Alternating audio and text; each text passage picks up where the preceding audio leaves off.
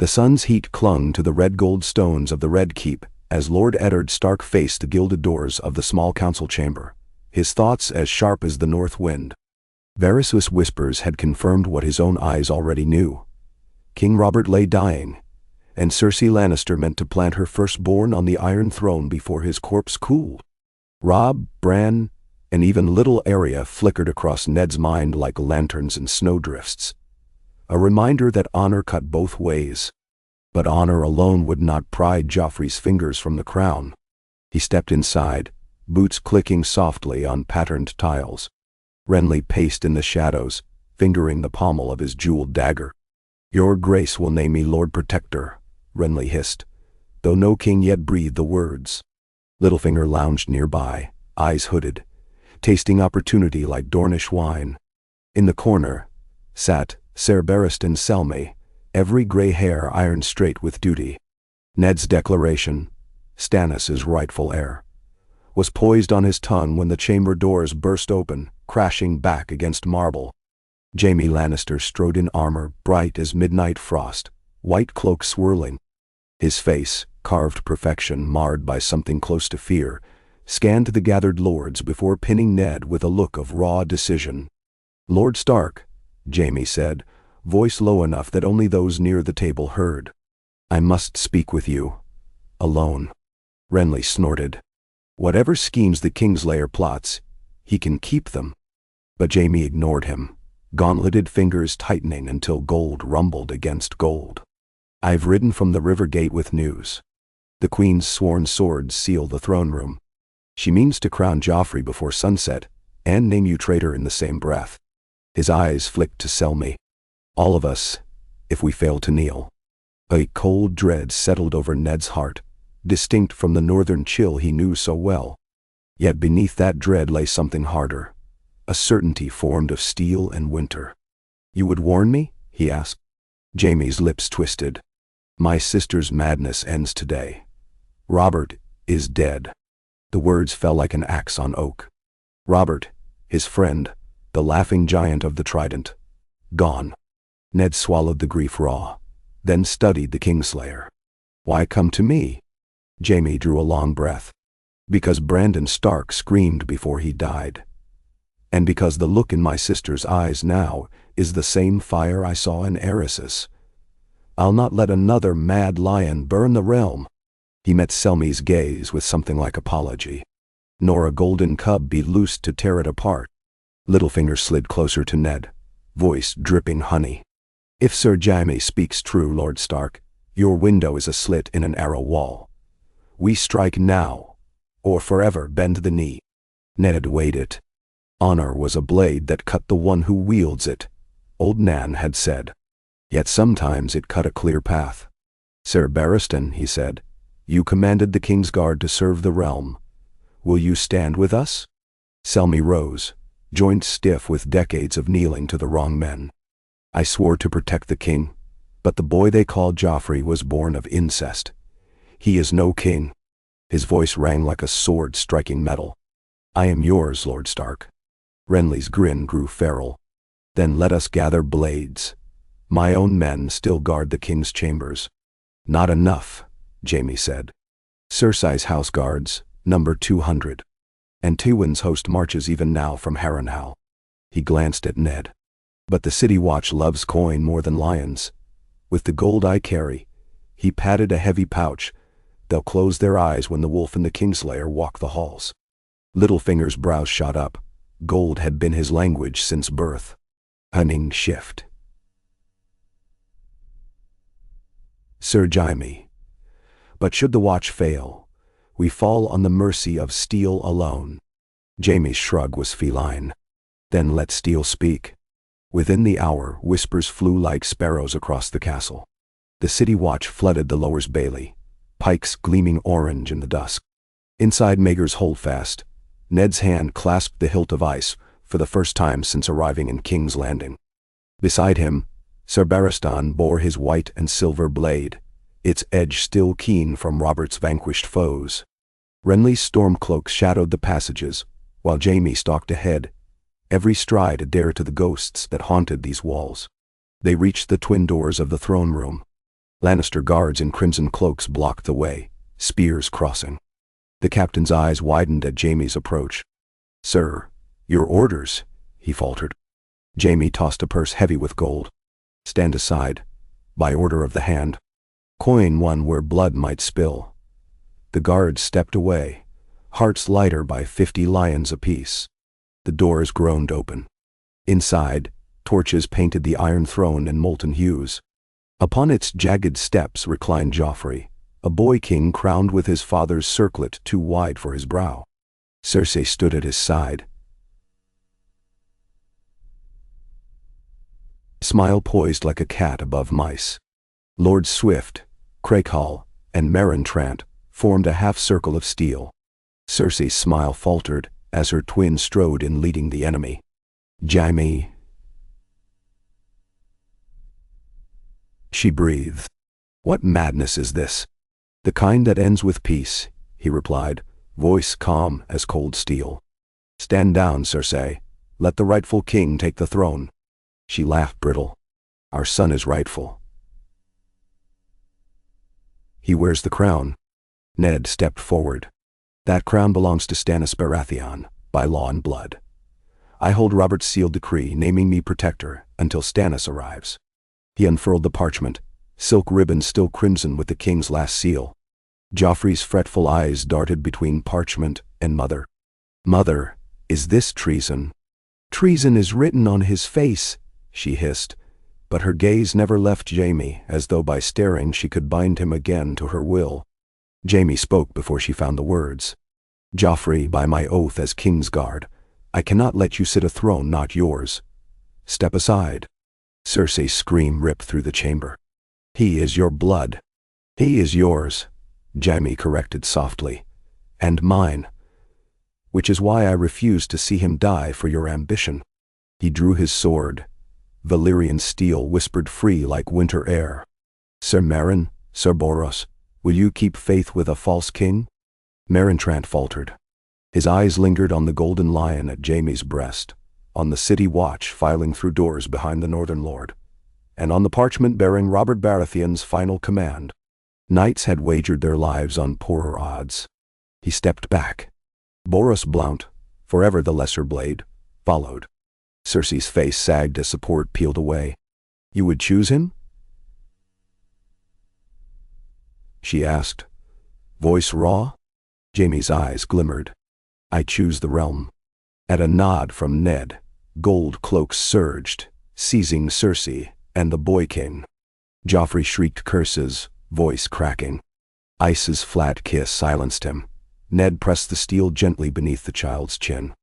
"Hurt no one," he ordered the guards. "They shall answer before the rightful king." And so the coup ended, with scarcely a death. Yet the hall trembled with prophecy unsaid. Tywin would come. Stannis would claim, and Renly would covet.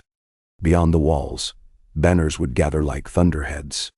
But within the Red Keep that night, a crippled kingdom found itself torn from the claws of a golden lioness, by the very claw she trusted most. Outside the royal apartments, Sansa Stark wept in confusion, while Arya slipped through corridors, half feral with dread. Ned yearned to hold them, but duty bound him to iron hallways slick with torch smoke. He found Jaime on the terrace facing Blackwater Bay, armor discarded, wind teasing his pale hair. Moonlight silvered the rivers of blood guilt etched in his face. "You know what comes," Ned said, voice softer than the night air. Jaime nodded. "My father will raise this city. Then we must hold it until Stannis arrives." Jaime gave a bitter laugh. "Hold it with what? Gold cloaks bought for an hour? A Northman's honor?" He turned, eyes blazing like molten gold.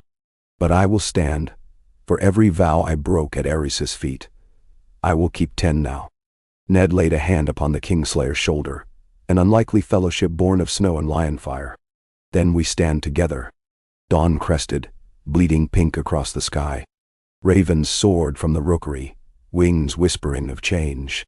North and south, lords would read of a queen unseated, a bastard king dethroned, and a Kingslayer turned oathkeeper. The Game of Thrones had shifted, pieces scattering anew across the board.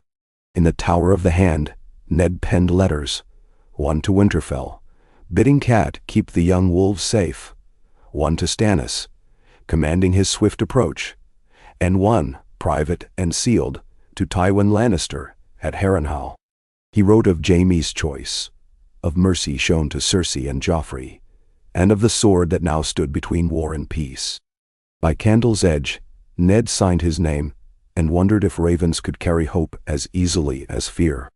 For in the dark halls below, Ser Barristan drilled green recruits, Jaime re-inked the oath of the Kingsguard, and Renly's laughter drifted like a storm beginning. The city prepared for siege or salvation. No one yet knew which. Far to the west, Tywin received the raven before dawn.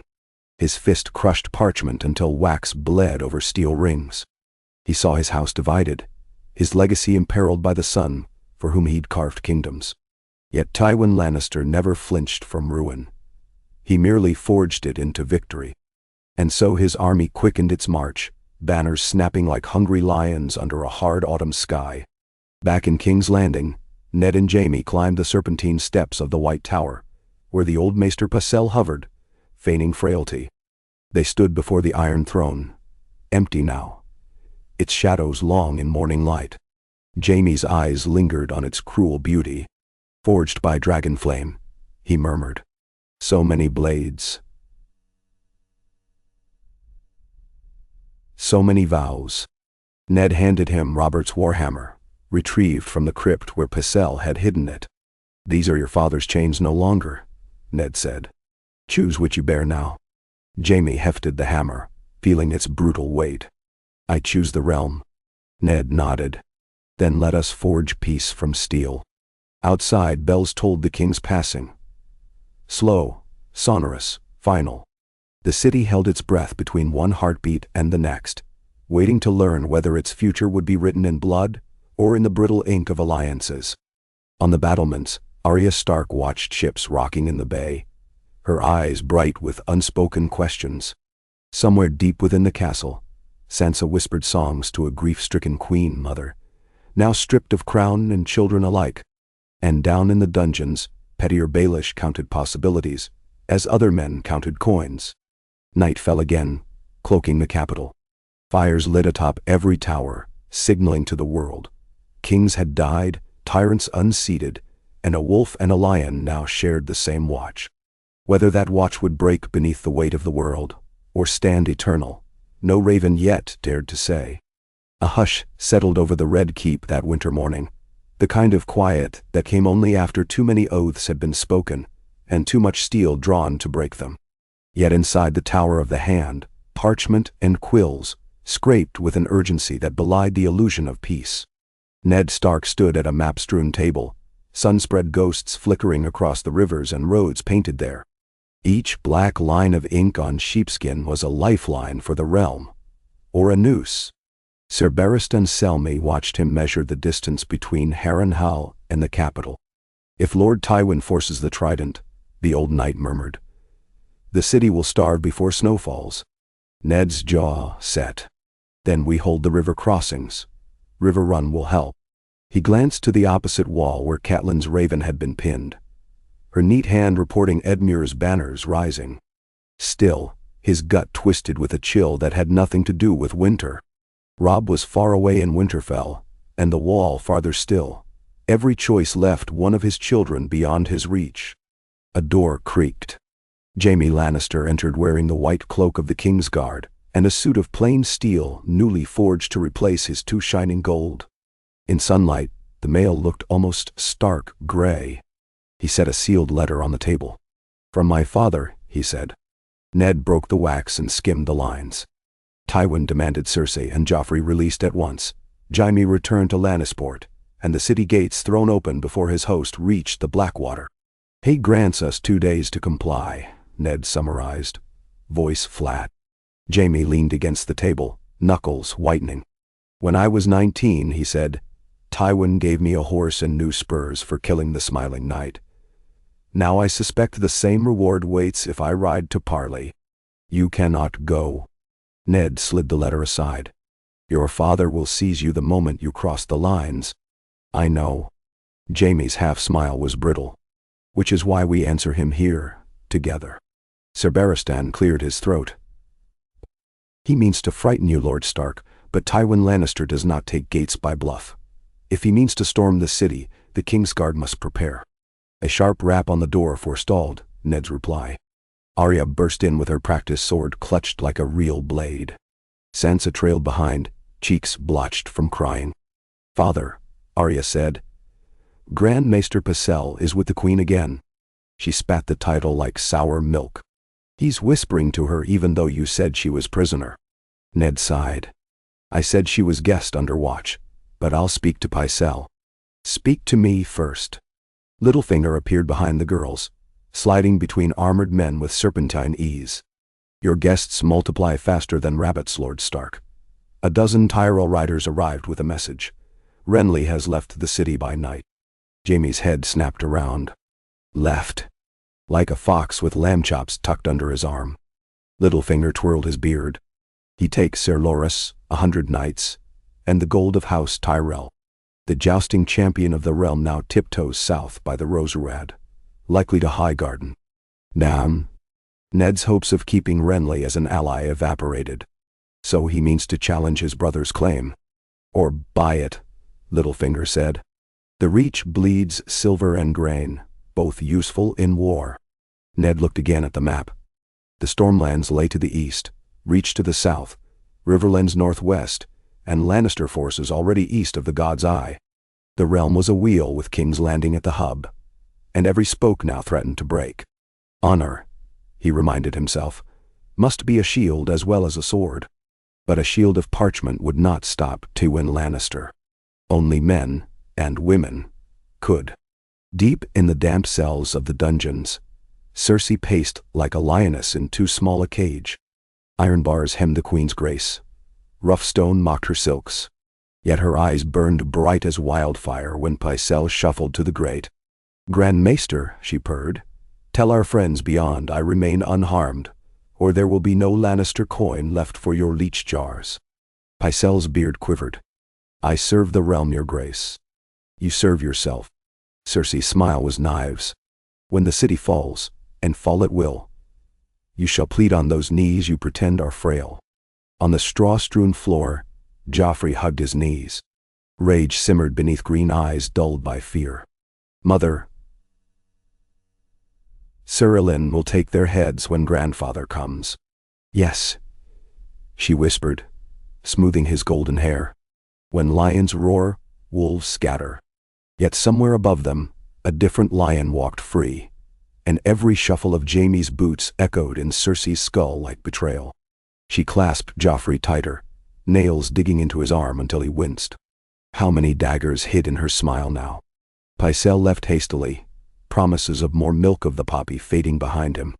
Cersei closed her eyes and breathed slow. There were still ways to break a siege from within. Across the city, the bells of Baelor's Sept tolled funeral notes for King Robert.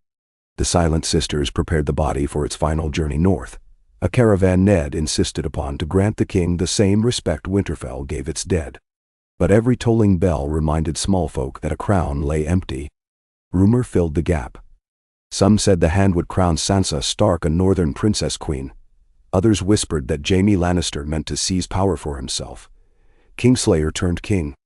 The gold cloaks stamped out panic in Flea Bottom each dusk, but fear took root, watered by wine, and bloomed into riot. On the outer walls, the city watch practiced with crossbows, under the stern eye of Janos Slynt. Ned had doubled the men on every gate, and bribed them through Littlefinger to keep loyalty, yet coin only clung to palm until better offers arrived. Ned knew it, Jaime knew it, even Slynt knew it, but the game required play.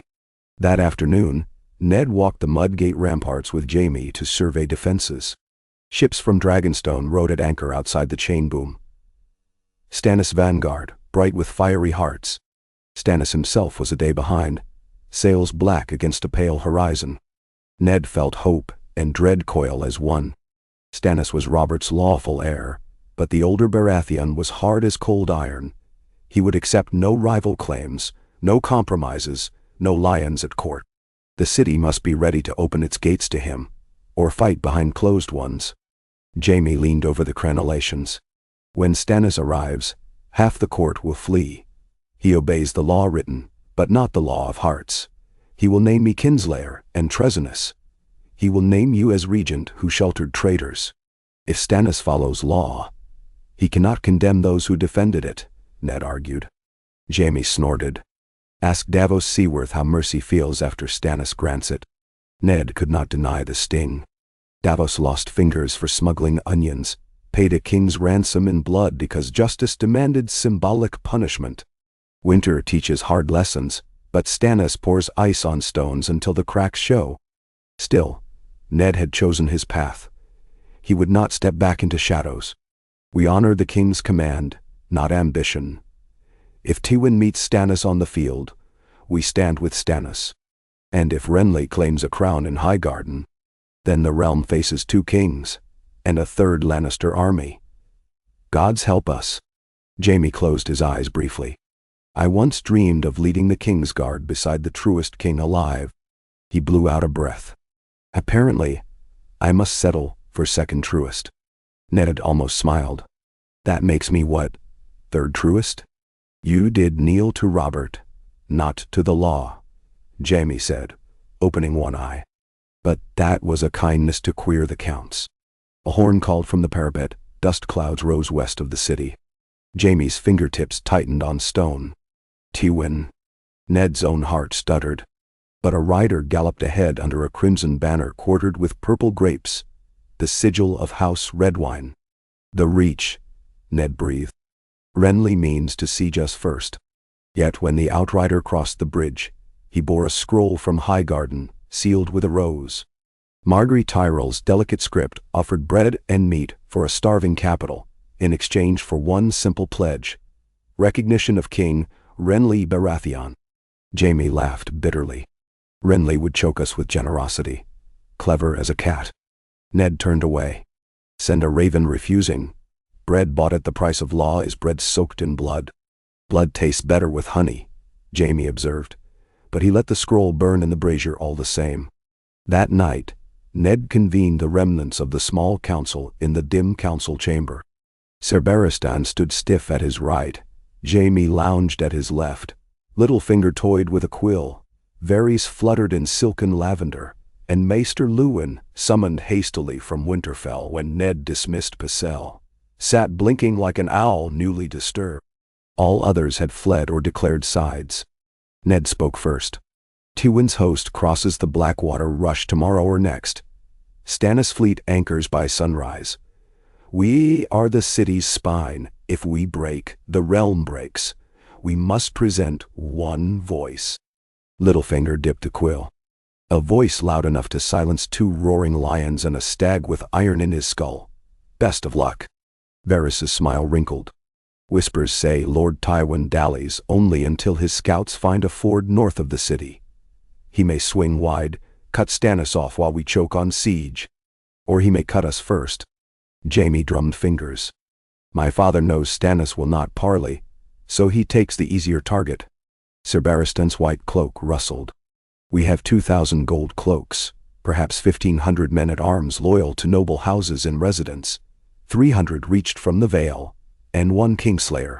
He bowed ironically to Jaime. Not enough to meet Lord Tywin in the field. And fewer if the small folk riot, Varys added. Food grows scarce already. Ned pointed to the map. We hold the city until Stannis arrives. Once his vanguard disembarks, we open the king's gate and host his army inside the walls. Wolves, stags, and lions. This city cannot survive 3 armies fighting in its streets. Jaime raised a brow. Yet you hope 3 armies will defend it side by side. A bold prayer. It was done at the Trident, Ned reminded. Robert commanded Northmen and Stormlords and Tully men together. We can do so again. Littlefinger's tongue clicked. Robert commanded because your friend Jon Arryn bound the cause with old oaths. There are no oaths binding us here. Stannis and Tywin each think you and Jaime usurped rightful rule. They will not break bread with traitors. Then we clear our names, Ned said. Cersei and Joffrey will be released to Stannis' custody. He may judge their crimes. We show Tywin that we do not hold his house hostage. We keep only lawful prisoners. Nenden Hawasau. Jaime straightened. I gave my word that Cersei and Joffrey would not be harmed, but releasing them to Stannis is a gamble. It is law. Ned met his eyes. And perhaps mercy. Stannis is stern, yet he will not kill a child for crimes of blood if lordly courts refuse. And Lady Cersei? She plotted treason, but Stannis may exile rather than execute, should it serve the realm. Jaime's jaw clenched. If Stannis throws Joffrey into the sea, I will pull him out or drown trying. We pray it won't come to that, Ned said. Varys fluttered a sleeve. While you pray, spiders spin.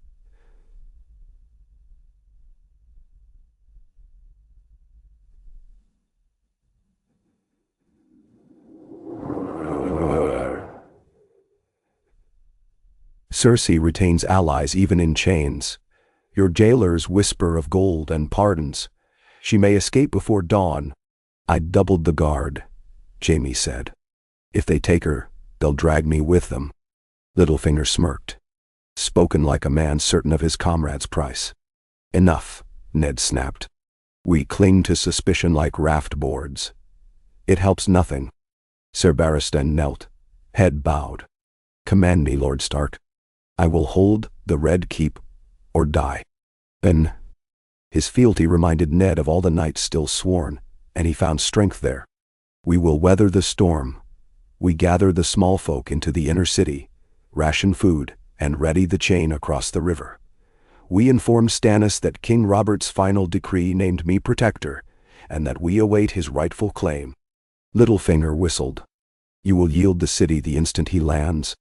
I will yield authority, not the city, Ned corrected. He shall rule. But if Tywin attacks from the west while Renly starves us from the south, we must have Stannis levies to hold. And if Stannis executes every Lannister within reach? Varys asked. We pray the Seven grant him wisdom. Prayer carried little weight on wind.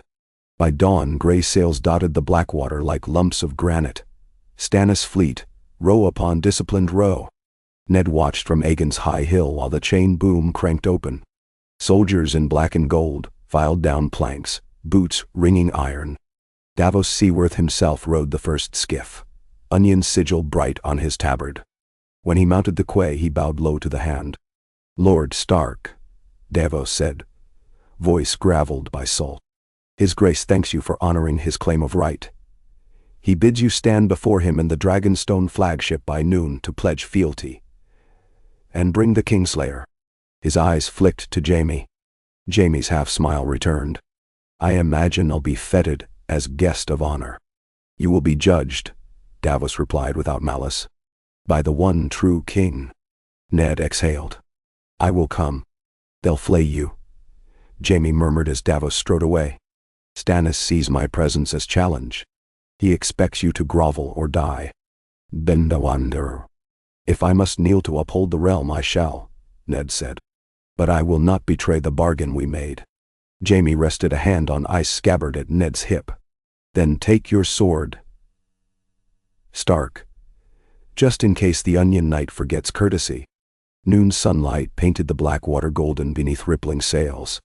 Ned boarded the flagship Fury with Sir Barristan, Maester Luwin, and 2 silent wolves of his own guard. Jaime followed unarmed, a king's guard in plain white, wrists free yet bound by thousands of silent eyes. Stannis Baratheon awaited on the quarterdeck, clad in black enameled plate, stag crown melancholic upon shaved head. Smoke of a censer curled around him. Melisandre Vashai stood at his left, red eyes gleaming, while Lord Velaryon and Lord Celtigar flanked the right. Davos knelt as Ned approached. The hush of rigging in wind replaced all courtly fanfare. Ned bent knee. Your Grace, by the decree of King Robert Baratheon, sealed and witnessed, I bring you the Iron Throne as your lawful right. Stannis' hard mouth twitched, an attempt at grim satisfaction. Rise, Lord Eddard. He scanned Ned's companions. Where is the bastard usurper Joffrey? Held safe within the Red Keep, under guard. as is the Queen Regent Cersei, until your judgment. And this. Stannis eyed Jaime, anger kindling. A Kingslayer brings me my crown? Jaime inclined his head. A Kingslayer denies it to a false king so the true might wear it. Take my sword or my life, your grace, as you deem fitting. Melisandre stepped forward. Leave his life to the flames, my king. Let him burn and cleanse his sins. Sir Barristan tensed, but Ned raised a hand. He stands under my protection until you rule, your grace. Jaime Lannister risked his honor to save the realm from another tyrant. Honor. Stannis' voice cracked stone. This man stabbed the king he swore to protect. A mad king, Jaime answered quietly, who burned innocents alive. If that be sin, I accept judgment. Stannis studied him as a smith studies flawed iron. Judgment will come, he said at last. But first, the city. Tywin Lannister crosses the Rush. My fleet must anchor inside the harbor or risk fire attack. Lower the chain, Stark, and I will march through the mud gate by dawn. Men know. You will have the gate open, Ned agreed, if you swear the city shall not be sacked. Stannis' frown deepened. The law forbids pillage. Any man who breaks it loses a hand, or a head. Ned nodded. Then we are allies. As long as you obey, Stannis said. Bow to me publicly this evening at Beller's steps. Proclaim my right. Bring the false queen and her whelp in chains. Ned stiffened. They are your prisoners, but I will not march a child in chains before the mob. Then the law marches over your bones, Stannis said. An icy silence spread. Melisandre's smile warmed it like flame. Hungry, eager. Sir Barristan laid a hand on Ned's arm. Jaime folded legs in a careless slouch, but his eyes blazed. Ned drew a breath. I will bring Cersei under guard, and Joffrey cloaked. He may face your court, but not the crowd's stones. That is my term. Davos whispered. Stannis listened, jaw flexing, then nodded once. Cloaked, but chains remain. Ned bowed stiffly. We will prepare the way. As they disembarked, Jaime muttered, You just bartered my sister's dignity for safe passage. I bartered a child's life for the realm, Ned said. Pray Stannis honors the bargain. They returned to the Red Keep amid clamor. Small folk thronged streets chanting.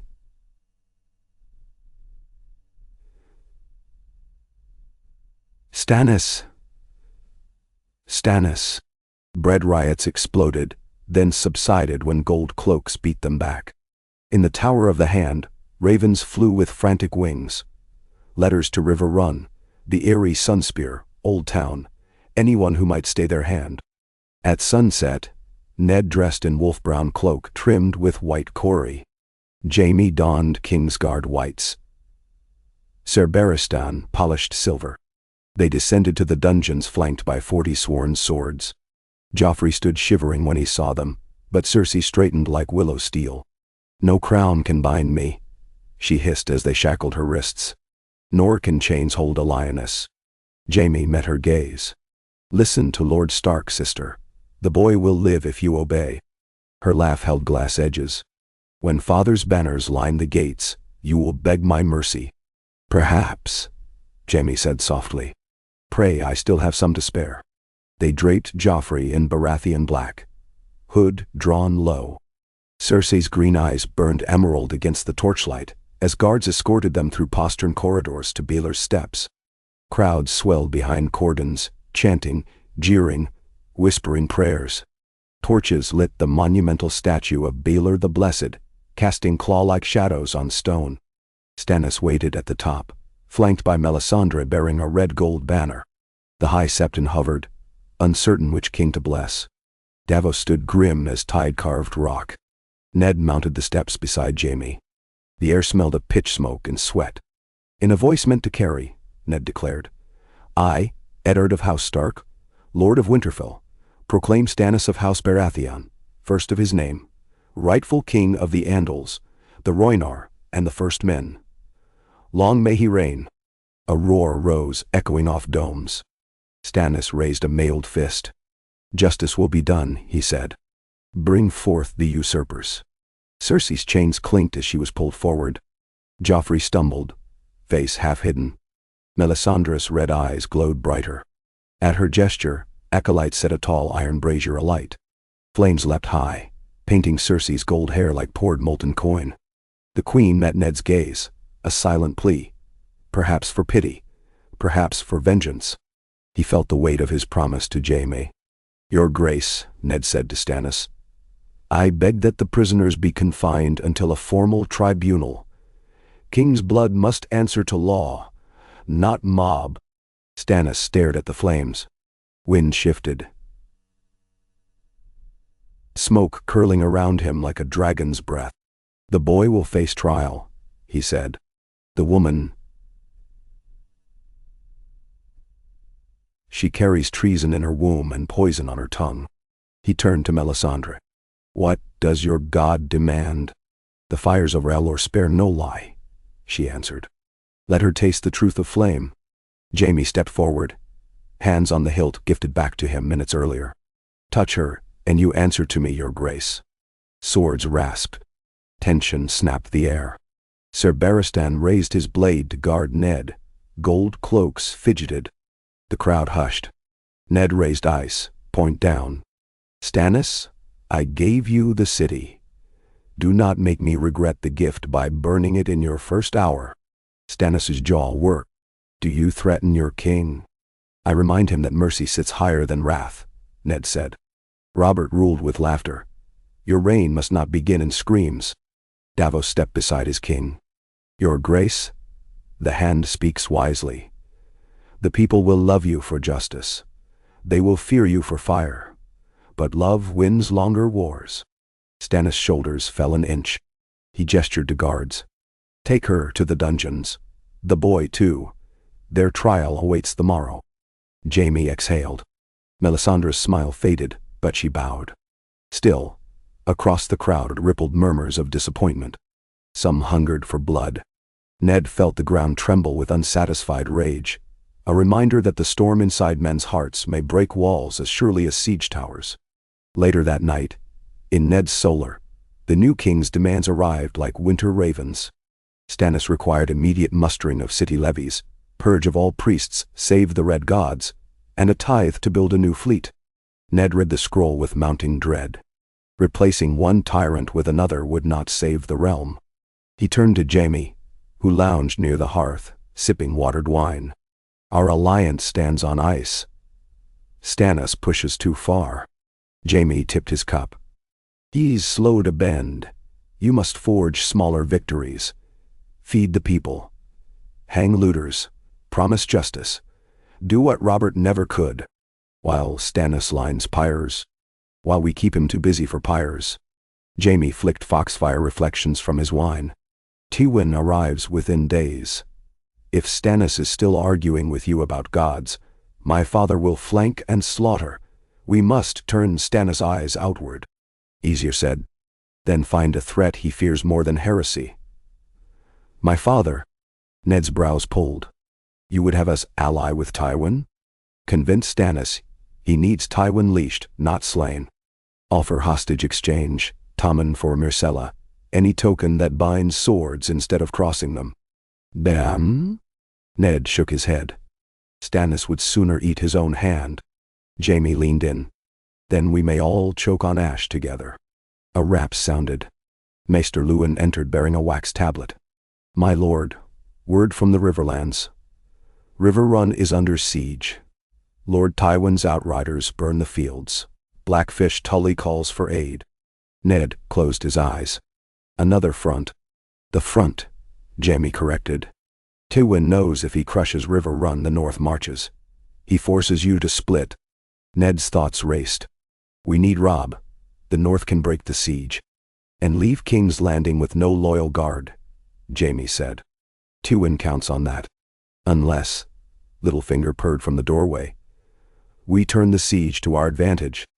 Ned frowned. Littlefinger stepped into the hearth glow, parchment crisp between his fingers. "Lord Stark, I came across this by accident." He passed the paper. Jaime plucked it first, brow rising. "A letter of credit from the Iron Bank of Bravos," Jaime read.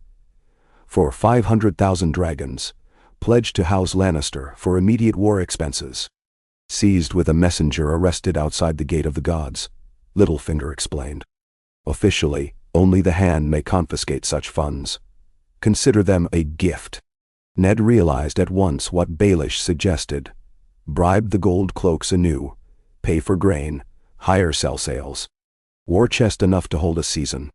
But he met Littlefinger's sly smile with steel. You would fund the war with Lannister coin. Littlefinger's shrug was delicate. Money knows no loyalty. Put it to better use than slaughtering Riverland's peasants.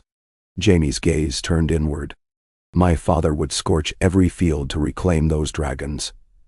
He will starve the realms sooner than see them spent against him. Then we spend them quickly, Ned said. On defense, on relief, on peace. Littlefinger bowed. Ace, always, my lord, I serve. When he left, Jaime chuckled without mirth.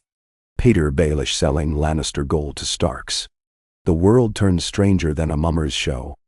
Then stranger still, Ned replied. If it buys us the time we need. Time came wrapped in flames.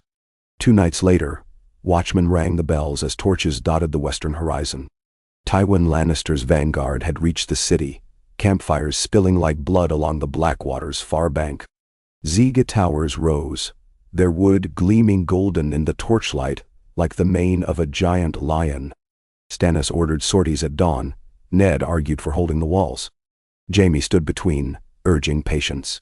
The king's temper frayed until even Davos's council sparked. Melisandre prowled the ramparts, crimson robes streaming, whispering prayers of fire. As purple dusk drained toward midnight, Ned walked the godswood alone. Weirwood leaves rustled overhead like distant wolf howls. He knelt at the heart tree and whispered to old gods he barely knew. Grant me clarity, he murmured. Let honor be my lantern. Boots crunched gravel. Jaime stepped from shadow. I hoped you'd come here, he said. Ned rose. Why? To give this. Jaime produced a folded parchment. My father's battle plan. Stolen from a raven intercept. He met Ned's stunned gaze. Do not ask how. Ned unfolded it. Tywin meant to feint at the king's gate, then assault the Lion Gate with siege ladders at moonrise while trebuchets battered the mud gate to splinters, splitting defenses as Stannis men guarded the river chain. How many know you have this? Ned asked. Only you and the thief who risked her neck giving it. Jaime's eyes softened. Your daughter Arya climbed the rookery tower tonight. I saw her slip from shadow, clutching packets. She is impressive. Fear stabbed Ned. Arya. She's safe, Jaime assured. For now. But if war breaks the walls, children die first. Then? Ned gripped the parchment. Then we hold the walls. We stand together. Jaime nodded once. Every inch the White Knight he had not been in years. Tomorrow we keep our vows. All of them. The dawn assault came as planned. Tywin's. But the defenders were waiting. Ballistae skewered Ziga towers before they reached the moat. Wildfire pots hurled from ramparts shattered ladders. Stannis' archers lined the battlements shoulder to shoulder with gold cloaks, and behind them Northmen hacked gaps for the wounded to fall back. Ser Barristan led a sortie that broke 1 ram and took 2 captains. Jaime commanded the King's Gate personally, sword flashing silver in sunrise. Ned rode ice along the Barbican, heart hammering with every burst of flame. Mid-battle, a rider thundered across the bridge under truce banner. Kevan Lannister, Tywin's brother, demanded parley. Ned and Jaime met him outside the Lion Gate amid corpses smoking in morning heat. Lord Stark, Kevan said, helm tucked under arm, my brother offers honorable terms. Surrender Cersei and Joffrey, yield Jaime to stand trial, and the city may buy peace. Mentau. Jaime laughed harshly. Trial by whose laws? Father's? Kevan's gaze dimmed with sorrow. Brother, you force his hand. March away now, and I will plead for clemency. I will not break oath again, Jaime said. Go home, uncle. The realm has changed. Kevan looked to Ned. Sadness etched deep. Lord Stark, do not let lions and wolves devour the kingdom between them. Tywin will burn fields from here to Dorne to avenge his grandchildren. It need not end with fire, Ned replied. Tell your brother the queen and her son live. They will stand trial under King Stannis on the morrow. Present yourself as ward, and we will ensure their safety. Kevin's jaw trembled. Stannis will kill them. Perhaps, Ned admitted, but justice must be done. Kevin mounted, iron resolve shrouding grief. Then the lion roars until no wolf howls. With that, he galloped back. All day, siege engines pounded. By twilight, the Lion Gate still held, but Mudgate sagged. Fires raged in the river district. Small folk huddled in sept cellars. The air tasted of ash and iron. In the Tower of the Hand, Stannis convened a war council. Ned, Jaime, Davos, Serbaristan, and Melisandre gathered. The Red Priestess spoke first. Our lore shows victory if we light the night sky. Release wildfire along the Blackwater. Burn the lion host. Jaime's lip curled. Thousands of small folk dwell on that bank. You would roast them to crisp so your god sees pretty colors. Melisandre's eyes glinted. Those burned feed the god's glory. Their screams buy peace. Enough, Ned snapped. We will not burn innocents. Stannis' gaze seared him. You defy your king again. I obey honor, Ned said. Jaime drew breath. And I obey him. He pointed at Ned. Stannis, you need allies alive, not in ash. Do this, and the realm will never forgive. Stannis slammed a gauntlet. The realm forgave Robert 1,000 deaths at the Trident. The realm loved Robert. Davos said softly. They fear you. Do not give them reason to hate. Stannis wavered, locked in his own steel. Melisandre's red shadow danced behind him. At last he spoke. Very well. Hold the fires. But if the gate falls, we unleash every pot. A grudging compromise. Night draped the city when a trumpet blared from the western camp. Tywin's full assault. Siege towers rolled, ladders swarmed, drums thundered. At the Lion Gate, Ned and Jaime fought shoulder to shoulder, blades dripping, white cloak and wolf cloak, soaked to matching crimson. Serbaristan rallied faltering lines, his voice an old war horn. Hours blurred. Twice a tower reached the walls, twice it burned. Archers lit the sky. Sansa Stark, hidden in a sept crypt with other highborn ladies, prayed until voice broke. Arya sneaked onto roofs, loosing arrows until fingers bled. In the dungeons, Cersei heard the roar and smiled viciously. Near midnight, a shout rose from the river. Stannis' fleet had broken anchor to flank Tywin's pontoon bridges, moonlight glimmering on black hulls. Davos led the fury into the fray, catapults hurling stones. Torches streaked across water, bridges burst apart, sweeping hundreds into the current. Tywin's rear lines buckled. On the ramparts, Jaime glimpsed the falter. Father's flank collapses, he shouted to Ned. Signal the sortie. Ned nodded. Horns blew. The Lion Gate opened just enough for 50 heavy horse to charge, Stark and Baratheon banners streaming. Jaime rode beside Ned, ice raised, Valyrian steel meeting castle forged in brutal dance outside the walls. Lions screamed, hoofs churned mud. In the melee, Ned saw Sir Gregor Clegane towering above men, cleaving a path. Jaime angled toward the mountain, but Ned blocked him.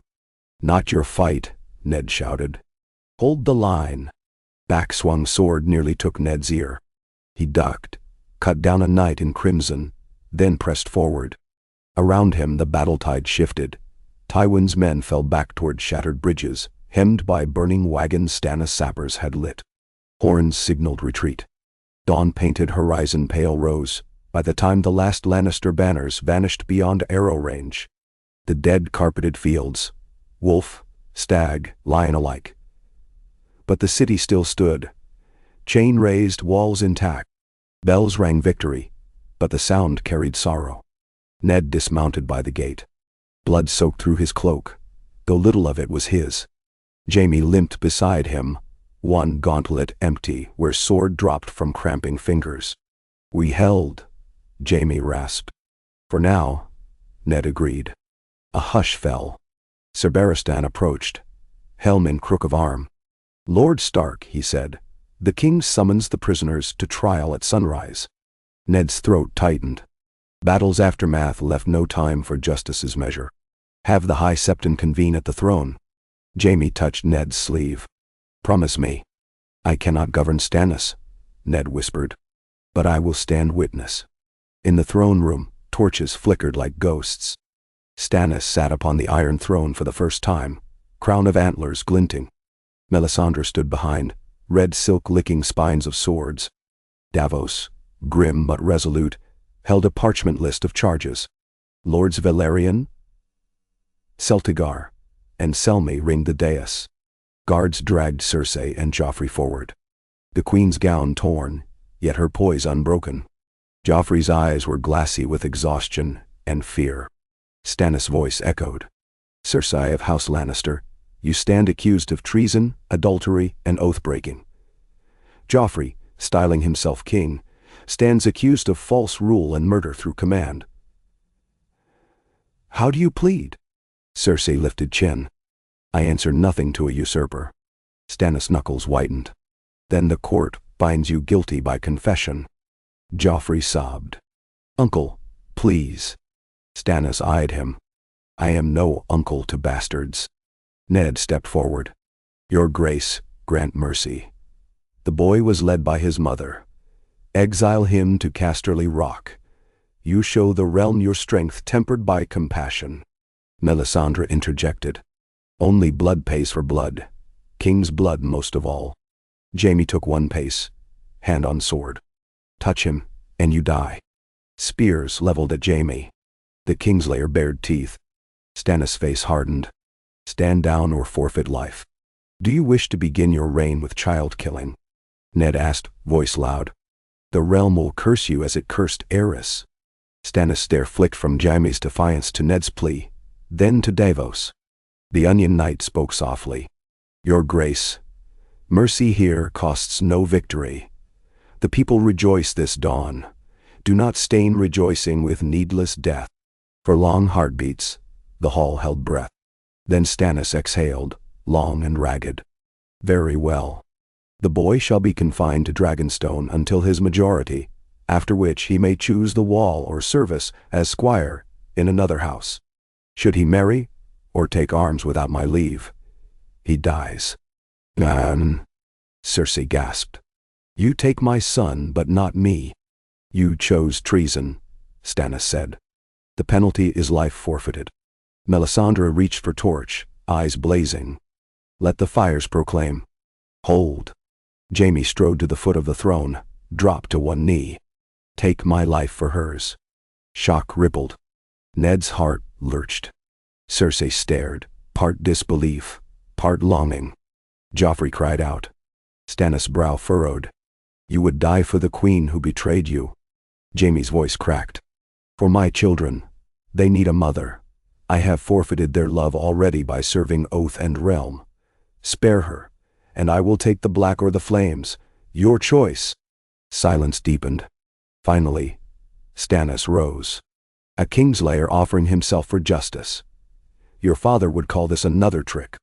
"No trick," Jaime whispered. "Only penance." Melisandre hissed, but Stannis raised a hand. "The realm has shed enough noble blood."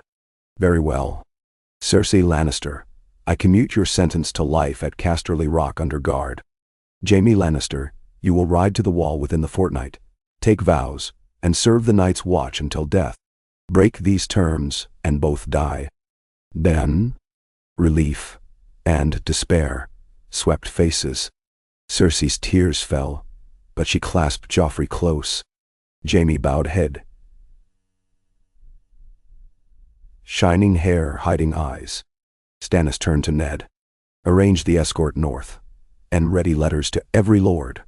Justice has been served." When dawn kindled behind towers, Ned and Jaime walked the battlements above the Hayford Gate. Below, carts of wounded rumbled, and small folk harvested spent arrows for kindling. "Was it worth the throne made of swords?" Jaime asked, voice hollow. Ned studied the waking city. Fires still smoldered, crows wheeled over corpses. Yet bells tolled victory, children cheered Stannis' name, and for the first time in years, the Iron Throne bore a king not born of lies. "Nothing about this is worth the lives lost," he admitted. "But perhaps it avoids worse to come." Jaime leaned on the merlon. "You are honorable to a fault, Ned Stark. Guard that fault. It keeps men like me from darkness." "You found your own light," Ned said. Jaime shook his head. "Borrowed yours, perhaps." He drew a deep breath of smoky dawn. "Tell Arya, thank you." Ned raised brows. "For what?" "For showing me a Stark can wield stealth as well as steel." He touched breastplate where a small leather pouch hung. Inside lay a single white rose Arya had pressed into his palm after the battle, saying only, "You did good. For a lion." Pride and shame warred in his eyes. "I will tell her," Ned said. "Take care at the wall. My brother commands at Castle Black. Then perhaps I shall learn honor at last." Jaime straightened. "Moin Samwin. Watch the king closely, Lord Stark. Stannis' justice cuts deep." "Ben, and your father's vengeance deeper," Ned said.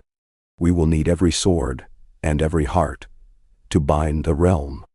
They clasped forearms, lion and wolf beneath a blood-red sun.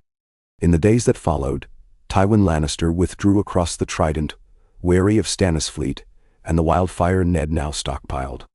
Riverrun lifted its siege, the old lion choosing coin over scorched earth.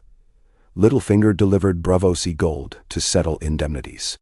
Renly's Reach host stalled at Bitterbridge, uncertain whether to challenge a throne no longer vacant. Highgarden's grain convoy sailed the Mantor east, for coin always found conscience. Stannis Baratheon held the Iron Throne without coronation feast. "No time," he said, while foes yet marched. He named Davos Hand, Ser Barristan Lord Commander, and Ned Warden of the South to replace House Tyrell's absentee pledge. Melisandre built a red temple along the Blackwater's shore, but sacrifices were forbidden. Stannis honored his promise. For now. Cersei and Joffrey sailed under guard to Dragonstone, later to Casterly Rock.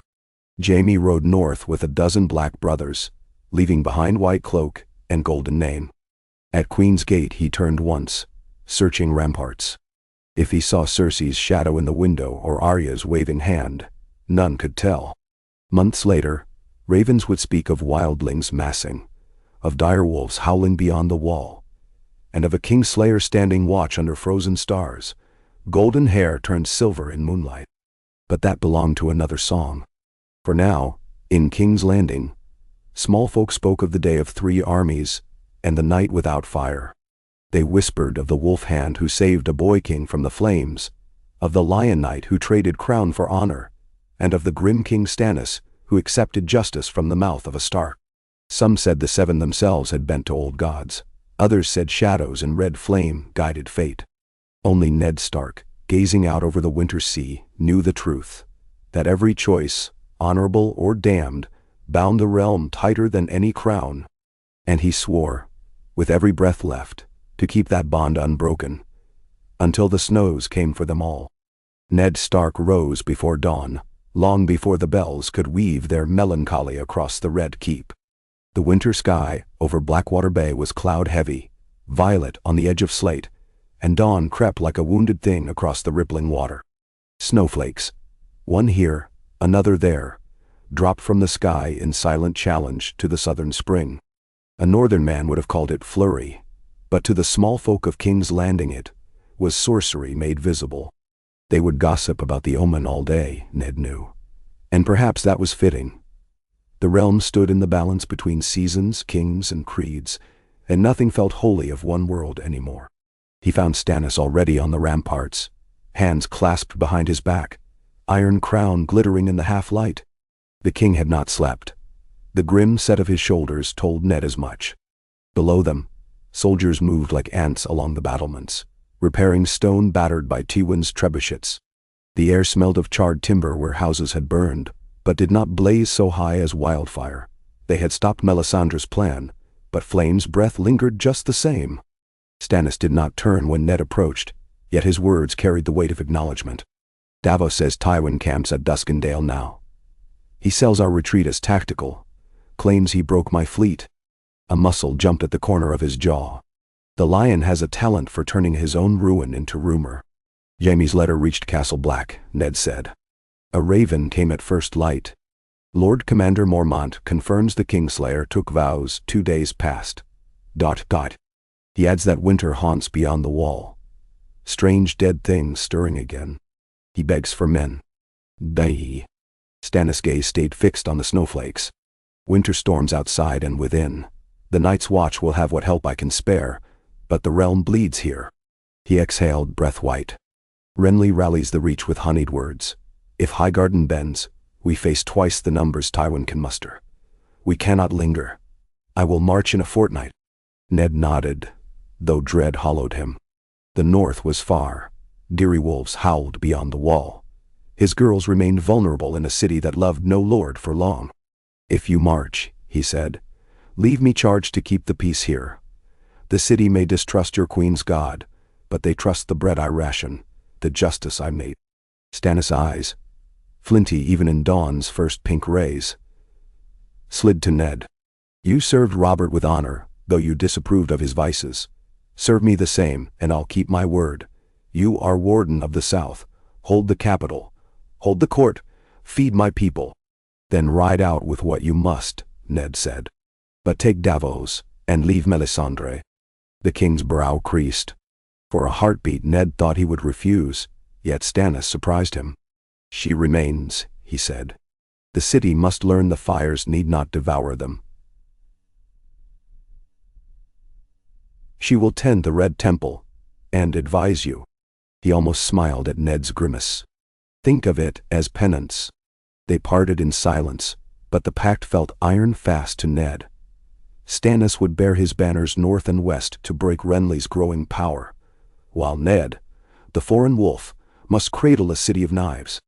One slip, the king's victory would curdle into uproar. One slip, Melisandre's quiet flame might ignite a pyre that no crown could quench.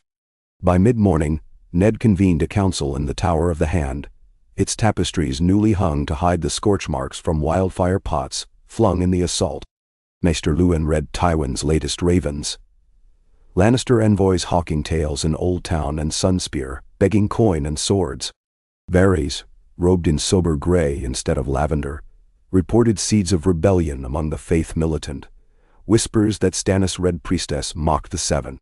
Littlefinger arrived late, smiling over a ledger fat with costs, rebuilding gates, feeding refugees, hiring sellswords to patrol the King's Road. Sir Barristan Selmy spoke last, voice as steady as Winterstone. We lack knights. Lord Tyrell withholds his sworn swords pending talks with Renly. House Redwine offers grain but no men. The Dornish taste opportunity but wait to see which stag stumbles first. He turned to Ned. We should free Lord Garland Tyrell. Still our hostage from the siege. Send him south to treat for peace. Ned considered. Garland had fought bravely beside Renly at tournaments, but never nursed his brother's vanity. A single man, honorable and untainted by false crowns, might anchor the Reach. Do it, Ned said. Escort him with a guarantee of safety. Sweeten the offer with Braavosi gold for rebuilding the Stormlands villages Tywin's raiders burned. Littlefinger's quill froze. Spend Lannister coin to woo Tyrells? Delicious. Spend what we must, Ned answered.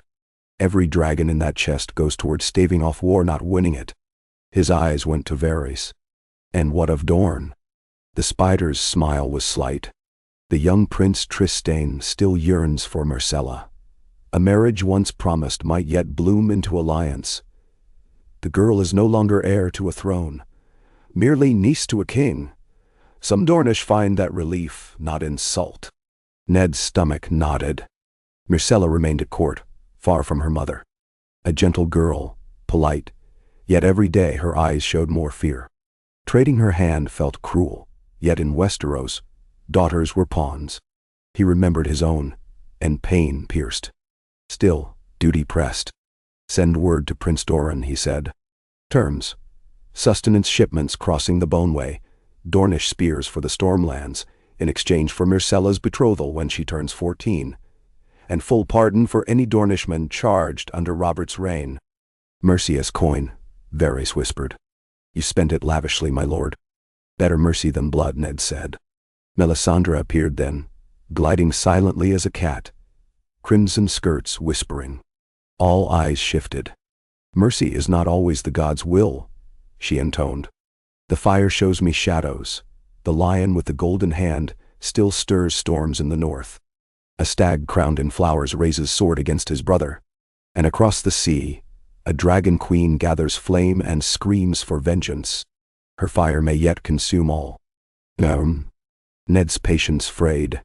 We have more troubles than phantoms half a world away. Her red gaze lingered on him. The flames showed truth, Stark of winter. Deny them at your peril. She offered no more and glided out. When council ended, Littlefinger lagged behind. You hoard burdens like coins, Lord Stark. Let me lighten one. Marriages, treaties, tariffs. Allow my whisperers to test each proposal before you ink it. I can find where hearts truly bend. Then? You can, Ned said. But I know your fee. Littlefinger smiled. Only that the realm survives in a shape profitable to us all. His gaze darted to the empty doorway. And if a red witch grows too ambitious, well, flames can die as fast as they rise. Ned dismissed him with a curt nod, though he filed away the offer. Baelish was a dagger without handle. Grasp him, and bleed. While lords plotted in the south, the wall shuddered beneath knives of wind. Jaime Lannister, now donned in black, trudged along the parapet beside Jon Snow. Northern lights flickered green and purple across the sky, unnatural in their splendor. You ever seen them dance like that? Jaime asked, breath pluming. Jon shook his head. Not this far south. The old men say the sky burns brightest when the dead walk. Comforting, Jaime muttered. Gloveless fingers tapped the hilt of a new longsword, castle forged, not Valyrian, but sharp. I thought I'd left kings and dragons behind. But even here, rumor mutters of Stannis and Renly, of Tywin's wrath, and you, bastard of Winterfell, now Lord Commander's heir, perhaps? Jon smiled thinly. If command can be inherited, rangers vanish east of the Shadow Tower. We lose men each week. Craster's keep sends no more girls, and Ghost howls nightly. He smells things we cannot. Charming, Jaime said. Almost wish for Cersei's plotting. At least it made sense.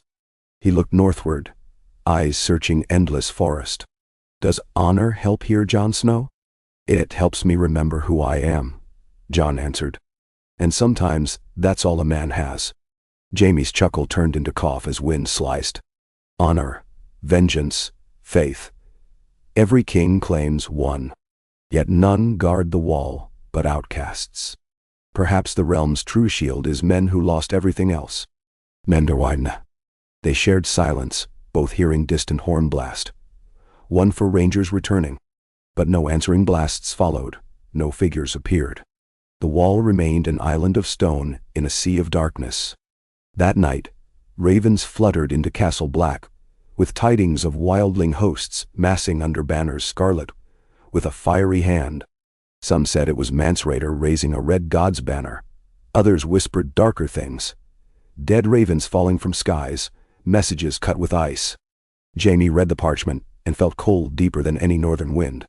The realm bleeds south while it freezes in the north, and I'm sworn to hold one wall against two storms. Jon clasped his shoulder. We hold together. Winterfell will send men. My father will. Jaime's laugh cracked.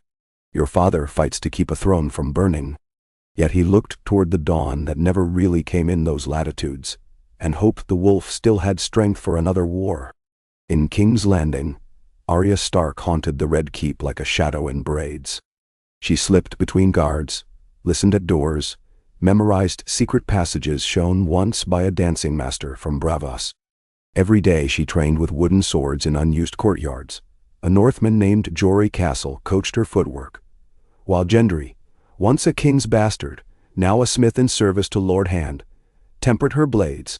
They forged a bond of scraped knuckles and half grins, the kind only children of peril could understand. Sansa, meanwhile, became a lady of letters. She wrote to her mother in River Run, to her brother Robb in Winterfell, filling pages with careful calligraphy about court meals, new dresses spun from Reach silks, and the hush that settled on the throne room since Stannis had banned minstrels, singing odes to Joffrey. Yet beneath sweet phrases hid needles of fear. She asked about Bran's recovery, yet heard nothing. She inquired after Theon and Rickon, no reply. Ravens died in storms, masters claimed, but Sansa felt secrets slithering behind the silence. During one embroidery lesson, Queen Shireen Baratheon, scabbed-scarred but gentle, sat with Sansa and Myrcella. Shireen's cat-like smile bloomed whenever Sansa told tales from the north. Giants in the hills, wolves bigger than horses, weirwoods with faces. Myrcella peered out windows at the bay, wondering aloud how far Dragonstone lay. Each stitch they took linked fear and hope. When Sansa escorted Myrcella back to her rooms one evening, they found the corridor lined with red-cloaked guards.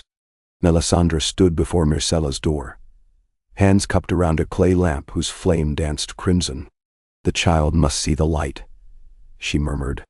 Myrcella shrank behind Sansa, but Sansa raised her chin. "The Hand's daughters escort her, my lady. Lord Stark gave orders that she remain untroubled." Melisandre's dark-lashed eyes shone. "Light does not trouble, it reveals." She gestured. "Come, child of lion's blood. Fire will show your path." "No," Myrcella whispered. Before the priestess could insist, Arya slipped from a shadowed archway, practiced sword raised. She said no. Melisandre regarded the wooden blade as if it were a curious insect. Steel or stick, a sword can cut only flesh. Fire cuts lies. "Mander." Arya's knuckles whitened.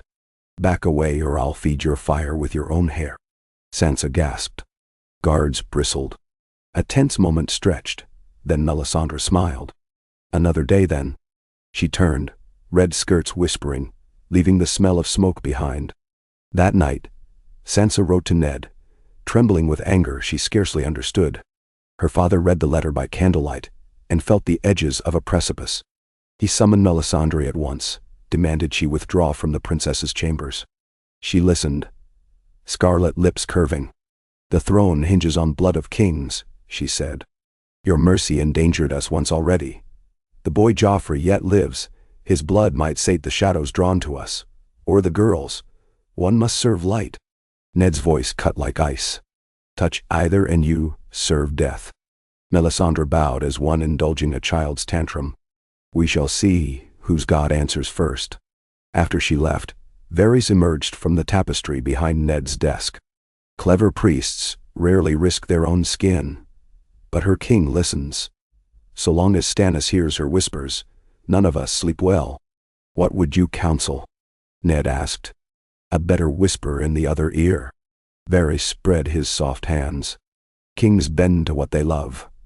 Stannis loves his daughter, his law, his fleet, and Davos Seaworth. Strengthen those, weaken the flame." He glided back behind the tapestry and was gone. Far to the south, Renly Baratheon's camp sprawled across the meadows of Bitterbridge, bright as festival grounds. Banners of rose, apple, and thunderbolt flapped above neat rows of tents. Highgarden cooks roasted whole bowls of spiced duck. Singers strummed lutes. Renly, in green armor enameled with golden stags, welcomed Lord Garland Tyrell to his pavilion with a warm embrace, as if no siege had ended in blood days past. Garland delivered Ned's letter. Renly read, lips pursing. He poured 2 cups of Arbor Red.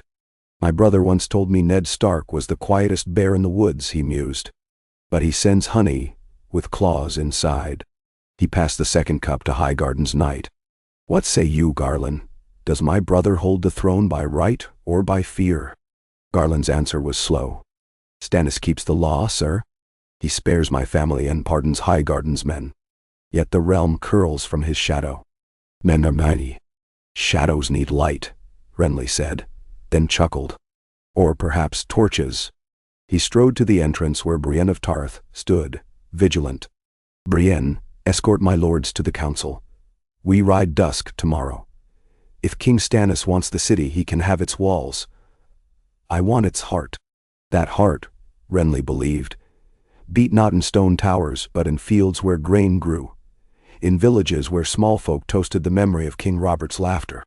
He planned to march on King's Landing slowly, gathering songs and swords until each town he passed branded him the true king by sheer warmth of reception. Tyrell gold flowed like spring rivers, buying tithes of flour for every hamlet, lanterns for every septide. If love could dethrone a brother, Renly intended to drown Stannis in affection. What Renly did not know, what few south of the Neck yet grasped, were the fever winds blowing off the far eastern seas, stirring dragonfire into prophecy. Word of Daenerys Targaryen, her silver hair, her living hatchlings, corkscrewed across the mountains of the moon and skipped by merchant galley to the stepstones. By the time that rumor reached Sunspear's wharves, bards sang of 3 dragons grown to warhorse size, teeth iron, eyes forged of sunrise. Doran Martell listened behind moonstone shutters and weighed Dornish revenge with every syllable. But he wrote no letters. Dorne scorned haste. When the first frost of full winter dusted the King's Road, weeks earlier than any remembered, Robb Stark crossed the Neck with 18,000 Northmen, grey wind racing at his horse's flanks. News of Jaime's vows shocked him, an enemy turned brother of the Night's Watch. But Tywin marshaled new hosts at Harrenhal, and Robb's trackers found sigils of Bolton and Karstark sharpening spears. Leal houses ready to march as Warden of the North commanded. Robb's heart split between southern war and whispers that White Walkers stalked the Frostfangs. But duty called. The Riverlands bled still. Lady Catelyn needed him. At Moat Cailin he met Galbart Glover, bringing Ned's raven. Hold the Neck. March no farther south. Robb clenched fists. He would have me wait while Tywin hunts his camps, while Renly steals hearts. The king in King's Landing needs time, Galbart said. Your father buys it with grain and promises instead of swords. If we march too soon, Tywin may turn north in fury. Robb paced the ruined inner walls, wind whipping his cloak. Winter falls on us first. If father fails, Stannis may burn him as easily as the queen. I must stand before that day. Then no. Grey wind howled. Robb looked into the direwolf's golden eyes and read cold truth.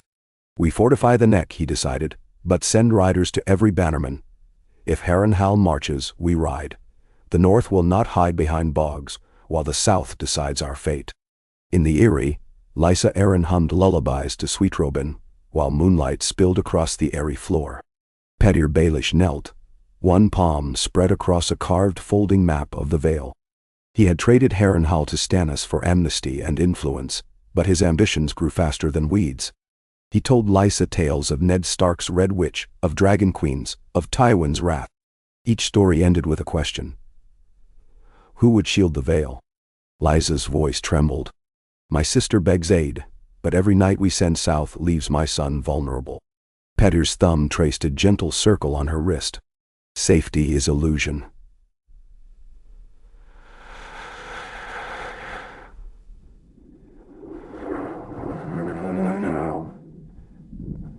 The wolf prepares.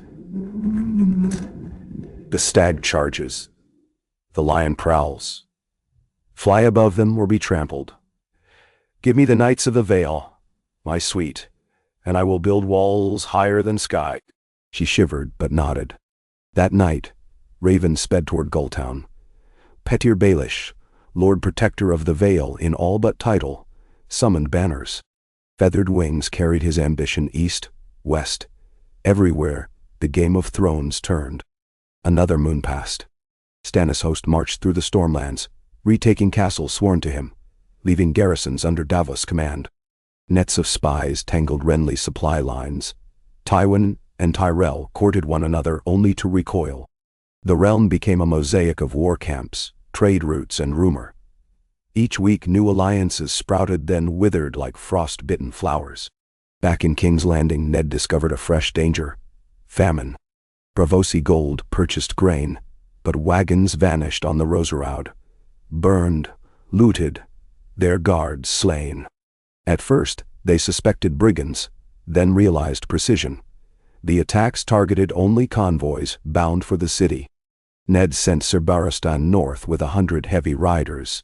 They captured 5 men wearing sigils of House Florent, Renly's new bannermen. Under interrogation they claimed orders from no lord, but coin in their purses bore the stag and flower stamp. Renly starved the foe sweetly as he passed out loaves behind. In council chamber, Ned slammed fist against oak. "We can fight swords, not hunger. Break Renly's blockade or the city revolts." Littlefinger suggested hiring Lyseni corsairs to raid Renly's inland supply stockpiles. Varys proposed secret accords with House Rowan to betray Bitterbridge. Melisandre whispered that one king's death in shadow might unmake the blockade entirely. Ned's glare cut her words. "No shadows, no blood magic. Then feed your city with prayer," she said. But even Ned's iron will could not conjure grain. Loaves shrank, lines lengthened, and whispers of the boy King Joffrey's hunger in Dragonstone spread perversely. The people missed even a golden tyrant if their bellies ate. Sansa visited bakeries with Myrcella, distributing stale bread soaked in broth. Still she returned nightly in tears, for infants cried louder than her coin could soothe. One rain-soaked evening, a riot ignited in Flea Bottom. Gold cloaks lost formation. Small folk hurled stones. 2 septons preaching that the Red God was an abomination were torn apart. Ned rode among them, helm off to show his face. A brick struck his brow, and blood slicked his cheek, yet he held rein steady, and spoke of winter and wolves and family. The crowd calmed, not for law, but for the image of a father voice hoarse with worry. They dispersed, leaving broken casks of spoiled wine and fires chewing the slums.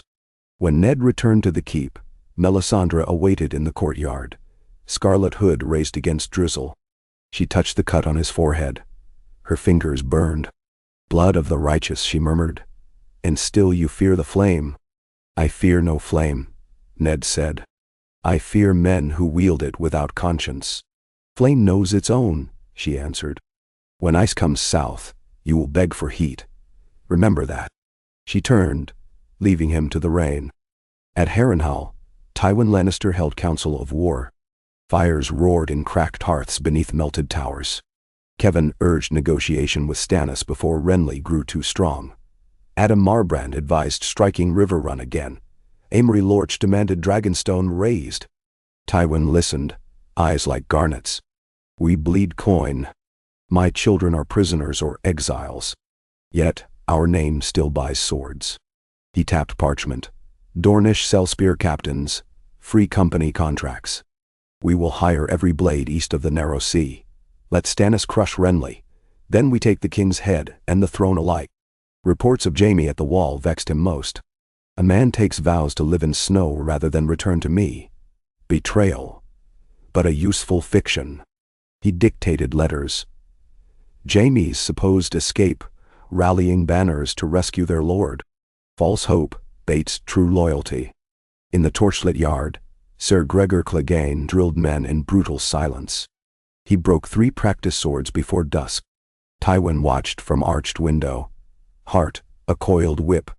When the time came, the mountain would ride with thousands behind him, crushing any king who dared stand. Winter's first great storm descended upon King's Landing as if conjured by old Nan's tales. Snow buried the streets, white over smoldering ruins, smothering the stink of harbor mud with crystalline hush. Torches sputtered, wagons stuck in drifts. For 3 days the city huddled behind shuttered windows, and Ned Stark's north seemed to claim the south inch by inch. On the storm's final night, Arya slipped through a secret door. Wooden sword replaced by needle, her real steel. She crept along torchlit tunnels beneath the holdfast, guided by memory of whispered directions from a skinny boy who called himself Patches. Once a cupbearer, now a master of rats. She emerged in an unused cellar where Melisandre kept casks of strange black oil. The Red Woman stood alone before a shallow bronze bowl. Chanting in a tongue Arya did not know. Shadows writhed. A candle flickered, extinguished by unseen breath. From the bowl rose a shape darker than smoke, tall, sinuous, reaching. Fear iced Arya's heart, but she gripped needle. Suddenly, the shape stilled. Melisandre's head twisted. Child of wolf, she hissed, though she could not have seen Arya. The fire shows your face. Arya bolted. Footsteps pounded behind, yet when she glanced back, the priestess only watched, lamplight painting her eyes redder than flame. Arya burst into hallways, collided with guards. They raised spears, then lowered them when they saw the hand's daughter. She gasped only 2 words. Shadow. Sorcery. Now. Ned arrived moments later, escorted by Barristan. They found Melisandre's cellar empty, but for the bronze bowl, its interior mirror smooth. Ned touched its rim. Heat burned. He turned to Barristan. Seal this door. Postguards sworn to me alone. The next morning ravens screeched from the rookery. Renly had broken camp at Bitterbridge and marched, banners swelling to 30,000. Simultaneously, word from Davos reported Stannis besieging Storm's End, where the Florents now held fast. Tywin's host, reinforced with sellswords from the Golden Company, advanced on Maidenpool. 3 kings marched, 3 storms converging, and in their wake trailed a dragon's rumor, a wolf's vengeance, a priestess's flame.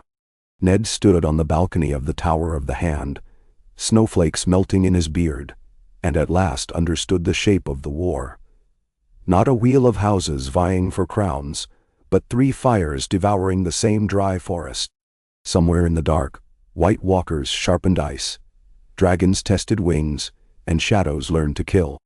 He summoned his daughters, held them close, and promised what even kings could not, that though winter fell and kings contended, the pack would survive. Yet in his heart he counted the miles to Winterfell, to the Wall, to every place a wolf might roam, and feared the snows that would bury them all if he failed. 2 more weeks crept by on the edge of knives. Ned dispatched ravens to rob, stall Tywin, harass flanks, but do not meet him in pitched battle. He wrote to Jon Snow, pledging men for the Wall when roads thawed. He sent Sansa north with a guard of Tully archers, both to soothe Catelyn's fears and shield his gentlest child from the Red Keep's poison.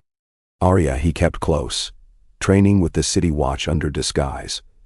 No one aimed assassins at a dirty-faced urchin, but a lady's name was a target. Melisandre's red temple rose steadily along the river. Pilgrims brought offerings, saltfish, candle stubs, tears. She preached that the great others stirred, that only royal blood and loyal flame could fend the long night. Some listened, some spat. One night, a gang of faith militants set torches to the temple's thatched roof. But the fire guttered in sudden snow, and in the morning their corpses dangled from bridge timbers, burnt to bone. No one claimed the deed. Whispers said shadows had walked. Ned confronted Melisandre again. She greeted him at the temple gate. "You scent the smoke, but see no spark," she said. "When darkness sweeps the wall, you will beg me for a single ember." "I beg nothing of murderers," Ned said. "Pray your king holds leash fast." She laughed, low, throaty. "Kings are as candles, useful until their wax runs out. But I serve a lord who needs no crown." She traced a finger down Ned's sleeve. Cloth smoked where she touched. "Beware the cold things stirring. Even your children's swords cannot sever ice so sharp." That night, Ned dreamed of Bran's fall, of wolves snarling at giant icy spiders, of ironwood leaves turning to tongues of fire that lick the wall's foundations. He woke before dawn, heart hammering like a smith's anvil. Dawn's first blade of light cut the horizon, cold and bright as truth. He dressed, summoned Sir Barristan, and rode through silent streets to Baelor's Sept. In the echoing vastness he knelt before the statues, the father, the mother, the warrior, and prayed to each, though he knew the faces of gods differently. He prayed for strength to hold the realm long enough for a new spring, for courage to stand against shadows and flames alike, and for the wisdom to keep the wolf pack alive when the snows buried all dividing lines of house and crown. As he whispered into stillness, light slanted through jewel windows and traced a glimmer along the floor, a river of rainbow fire that merged all colors in blinding white. The old gods were silent, the 7 still, but Ned felt a breath of winter air brush his cheek as gentle as his mother's hand, and he rose. Outside, horns sounded. A scout galloped through the gates. Renly's van was sighted near the Rose Road. 3 days' march, and Tywin's sellsword skirmished with Robb's outriders along the Tumblestone. Banners filled the horizon like storm clouds of silk and steel. Ned Stark returned to the Red Keep, calloused fingers closing around a parchment yet unwritten, an appeal to every lord, every maester, every knight sworn to life before crown. He would send ravens until quills broke, speak until his voice bled, because beyond all crowns, winter marched. And even kings must kneel when the snow falls deep enough. Snow clung to the balustrades of Maegor's holdfast like clotted cream, a foreign weight to the red stone that seldom knew such winters. Ned watched it heap in white curves along the merlons, while the sun, half strangled by gray, climbed no higher than a sword's breadth above the rooftops. 6 ravens lay tethered beside him. A 7th already flapped toward the horizon with a plea for grain aimed at Old Town. In the courtyard below, gold cloaks shoveled slush into carts, though slush kept falling faster than they could clear, as if the north had flung its whole sky south to smother the capital. He inhaled the scent of distant chimney smoke and wet wool. A strange hush reigned. The city's usual cacophony had iced over. He could almost pretend it was Winterfell, until a bell tolling the hour sent iron shivers down his spine, reminding him that here one wrong peal could unseat crowns. He turned from the parapet and descended into corridors where torches sputtered in the damp. Sir Barristan waited outside the solar, helm tucked beneath one arm. His white cloak dragged a dark seam through the puddled floor. "Your men finished sweeping the Undercroft," he reported. "We found 3 more barrels of that black oil the Red Woman hoarded. She calls it shade water. I have them sealed away." "Good," Ned said. "Cart them to the cellars beneath the dragon pit. Guard detail doubles. Only men we trust." Barristan's lined face creased. "The more we lock away, the more she'll whisper of sabotage. And the king listens." Ned's jaw tightened. "Let her whisper. Better whispers than flames." "They know." Inside the solar, Arya lounged cross-legged on a bench, sharpening needle against a whetstone older than the dynasty. Snowflakes melted in her hair. "I went through the Godswood," she said without looking up. "Tracks near the hidden gate. Booted prints, no guards." "Spies?" Ned asked. She shrugged, green eyes flicking up. "Could be. Could be ghosts." He felt a twinge of guilt that she prowled in such danger, but the city itself was danger. Better she prowled than sat helpless. "You did well telling me. Have Jory follow the prince." "I already did." She patted a pouch. "Left this behind." She tossed a coin stamped with a stag's head entwined with roses. "A Renly florin." Ned turned it over. His men scout the walls already. Arya pushed hair from her eyes. "Father, if he takes the city, will you fight him?" "I will fight for the realm," he said. "Not for crowns, and never for joy." He slid the coin into his belt. "Run along, and keep needle hidden." When she left, his pulse slowed only a fraction. War smothered childhood, as snow smothered streets. Yet he still had children left to save. At midday, the small council assembled in Baelor's nave. The sept too cold even for stone saints. Braziers spat sparks against the marble floor. Maester Luwin reported that Tywin's sellswords had taken Maidenpool and secured its harbor. Ships bright with golden lions now prowled the coastline, hunting grain barges. Varys divulged tidings from Dorne. Prince Doran sounded receptive to Myrcella's match, but only if the girl sailed south immediately, spear point leverage against Lannister retaliation. Littlefinger presented ledgers showing the treasury hollowed to its pith. Braavosi bankers now demanded repayment within the year or seizure of crown assets in Lys and Pentos. Ned listened, each word a wedge driven into the realm's fragile backbone. "We cannot spare a convoy that far south," he said of Myrcella. "Tywin's galleys would swoop her like hawks." "Then the lion remains in our cage," Littlefinger murmured, "and the sand vipers stay coiled." His smile carried frost. Sir Barristan interjected. "Better Myrcella remain under our guard than risk the sea." He glanced to Varys. But a promise unkept may turn Dorne hostile. Ned folded arms. I will not send her to a watery grave disguised as diplomacy. We wait. Melisandre glided from an alcove, scarlet cloak licking cold air. Wait and bleed, she said. The stars spoke last night. 3 fires will burn in the bay. One to warm the king, one to ward his foe, one to wake the dragon upon the wave. Choose which you douse. Littlefinger clicked his tongue. I prefer fires and hearths, personally. Ned fixed her with the steadiness of a weirwood's gaze. No fire lights this city without my leave. She smiled, unbothered. Then pray your snow quenches sparks. She departed, leaving the air smelling faintly of cinnamon and pitch. When council ended, Varys lingered. His silk-slippered feet made no sound across the mosaic floor. Lord Stark, have you considered moving the princess to the Eyrie? Lysa would shelter her, and the Vale remains neutral. Neutral. So long as Baelish whispers in Lysa's ear, Ned said. And mountains bar winter roads. She would freeze before reaching the bloody gate. Varys sighed. Every road freezes, my lord. Ice comes for us all. Betty. Ned could not argue. He gave a terse nod and strode into the cloisters, boots echoing like war drums. That evening, another raven arrived from Robb. Karstark outriders spied banners of House Westerling under Lannister pay riding north along the Green Fork. Robb feared a thrust toward the neck, a feint to cut supplies and test fortifications. Ned paced his chamber beneath a single guttering candle, the letter crumpled in his fist. He calculated leagues, weather, troop strength. If Tywin struck the neck while Renly closed from the south, the crown lens would snap like a spear haft. He called for parchment and quill, but the ink froze at the nib. Cursing softly, he warmed it over the candle. He drafted orders to Helman Tallheart. Flood the causeway if enemy forces pressed. Better drown 100 farmlands than let Lannister knights through. He sent a second raven to Robb.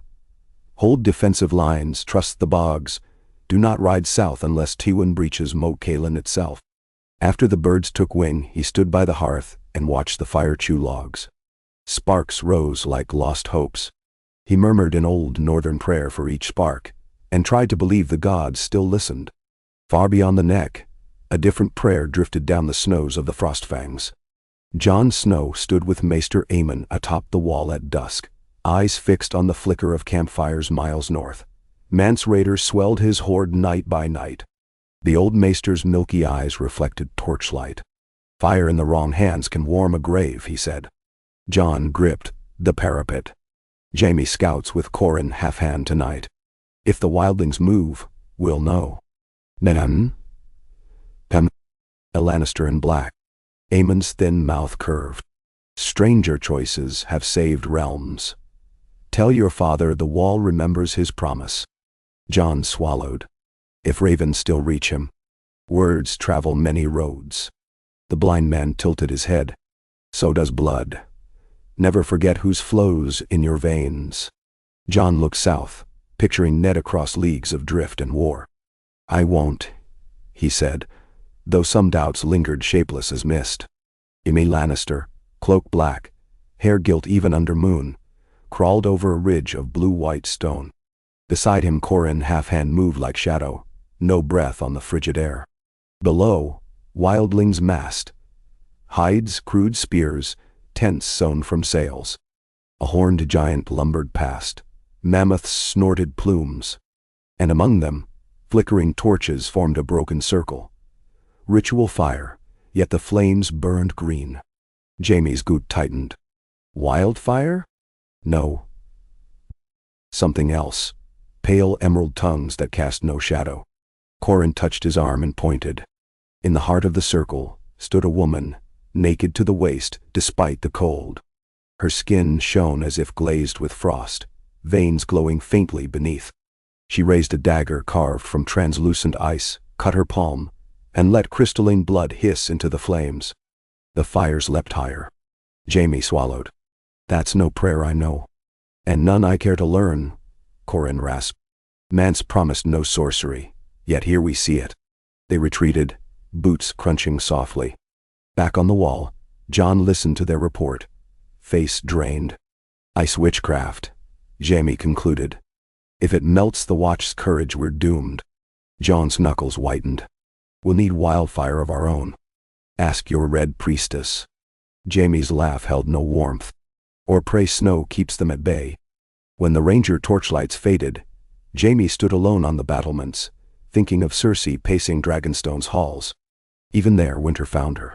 He wondered if she still cursed his name, or if fear for Joffrey's fate swallowed scorn. He had saved their lives, but lost them all the same. The wall groaned in the wind like a dying king. Jaime wrapped his cloak tighter and whispered a vow he never uttered in King's Landing. That he would hold this wall until his bones froze, if only to shame the shadows haunting his past. South of the Blackwater, Renly's army trudged through ankle-deep snow that melted to slush by midday. The host's gaiety faded with every icy league. Singers lost their voices to coughs. Stews turned thin. Yet Renly rode tall, antler helm catching pale sun. Smile fixed. Brienne of Tarth trailed him like blue steel. Her sword arm never weary.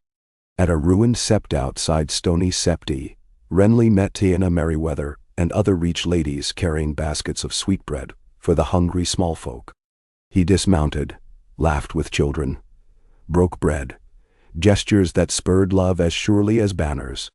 But that night, in his pavilion, love could not thaw the chill creeping into his fingers. Maester Colin diagnosed a mild ague, but Renly dismissed it. The Northmen fight in blizzards, he told Garland. I won't yield to sniffles. His brother's ghosts lurked. Robert would mock a cough, and Stannis would scorn weakness. So Renly laughed, coughed, laughed again. As the host camped near Sew's Horn, scouts captured 2 riders bearing Lannister colors. Under questioning, they revealed Tywin's sellsword sought alliance. Gold for Tyrell's steel to break Stannis. Renly summoned the prisoners at dawn, offered them warm wine, asked polite questions. Did Tywin truly march on Maidenpool? Did he mean to march south or swing again at King's Landing? The men gave half-truths, fragments. Renly thanked them, then ordered they be escorted to the nearest hamlet and released unharmed.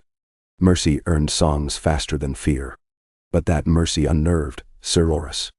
Letting lions sniff our lines invites bites, he warned. Renly squeezed his lover's hand beneath the map table. Wolves and stags already nip us. A lion caught between 2 walls roars louder than one free in forest. Better Tywin rattle Stannis back gate while we knock on the front. Then? Brienne shifted in the corner, uneasy. Mercy to foes, ice in his bones, snow beneath boots. She felt fate tightening. In King's Landing, fate felt more tangible.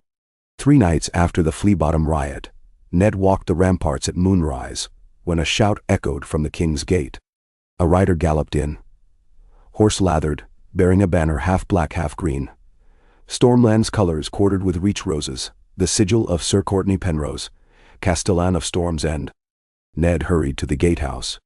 The rider, gaunt beneath his helm, slid from saddle. Message for Lord Stark, he croaked, thrusting a scroll. Wax cracked as Ned broke the seal.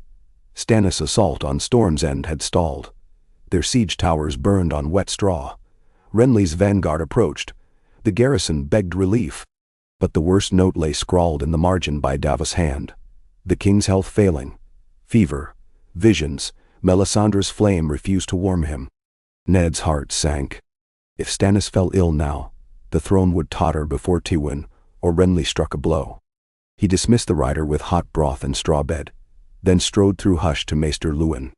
They drafted a swift reply. Hold, ration, trust in relief. But relief could only come from within. A diplomatic envoy to Renly before swords clashed. He considered his options.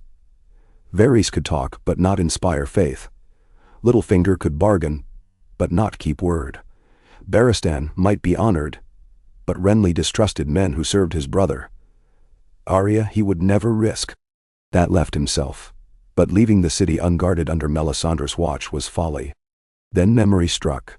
Garland Tyrell's safe return had won Ned a thin thread to Highgarden. He penned a letter requesting an immediate parley at Bitterbridge. Ned would meet Renly halfway, bring 200 honor guard, and swear guessed right. The seal he pressed bore the direwolf and the crowned stag, legacy of Robert's grant. He entrusted it to Maester Luwin's fastest raven. As the bird vanished into the whitened night, Ned felt a strange quiet steal through him, as if the very act of choosing thawed something frozen. If the realm must hinge on words, let him be the voice. The next sunrise shone blood-red through ragged clouds. Ned addressed the court in the throne room, now stripped of royal banners save Stannis' crowned stag. His daughters watched from the gallery. He announced he would ride to parley with King Renly, bearing Stannis' peace terms. Lord Varys would oversee provisions in his absence. Sir Barristan would command the city guard. Melisandre would be confined to the Red Temple until his return, her acolytes restricted to sanctified grounds. Gasps rippled. Melisandre, standing by a pillar, inclined her head. Flames travel faster than horses, she said quietly. I will know if you fail. So will the city, Ned answered. Pray your God likes peace. He departed 2 days later. Snow falling in lazy feathers. His escort, Jory, 10 Wintertown archers, 20 Riverland lancers sworn to River Run, and 50 knights of the Crownlands eager to redeem their flight at the Lion Gate. At Ned's side rode Sir Barristan, for the old knight had insisted, Kings trusted me too long to idle while kingdoms meet. Maester Luwin remained, though uneasy. Varys offered a single nod, hidden soft beneath his hood. As the column wound through the mud gate, small folk gathered to watch their gray-cloaked hand vanish. Some nodded respect, others muttered that the wolf ran off to feast on green fields. Yet a few threw petals, a northern custom for journeys begun on winter's breath. Ned bowed his head. Arya slipped from crowds under guise of beggar girl and pressed a white rose into his gauntlet. For luck, she whispered. He tucked it above his heart. Beyond the city, the King's Road lay mottled ice and mud. By the second day, hoarfrost-coated beards, horses snorted steam, and the line of men stretched thin along ditches. Just past Fellwood they encountered a burned wagon and bodies of peasants frozen where they fell, arrows sprouting. Tracks led east toward a copse where riders of House Rowan, Renly's, skulked. Ned buried the dead, said words, left grain from his own stores on their cairn. Barristan watched, eyes bleak. Flower knights pluck winter roses with bloody gloves, he muttered. On the 5th morning, scouts sighted Renly's outriders. They approached with banners of golden rose and green stag twined, no weapons drawn. Their captain, a beardless knight in Tyrell livery, bowed. His Grace awaits Lord Stark 2 leagues hence at Hollyhill Meadow, beside the Sevens Bridge. Guessed right, Ned asked. Bread and salt at first greeting, the knight assured. Barristan looked relieved. Ned smiled thinly. Lead on. Hollyhill Meadow spread beneath a low ridge, snow flattened by hundreds of boots. A green silk pavilion flapped in wind. Outside, tables groaned with food, crusty loaves, honeyed ham, wheels of white cheese, though all sat, rimed with frost. Renly emerged, cloak aflutter, cheeks flushed from cold and perhaps fever. He wore no crown, only a green cap studded with quartz to mimic dew. Beside him stood Brienne and Sir Loras, both armored.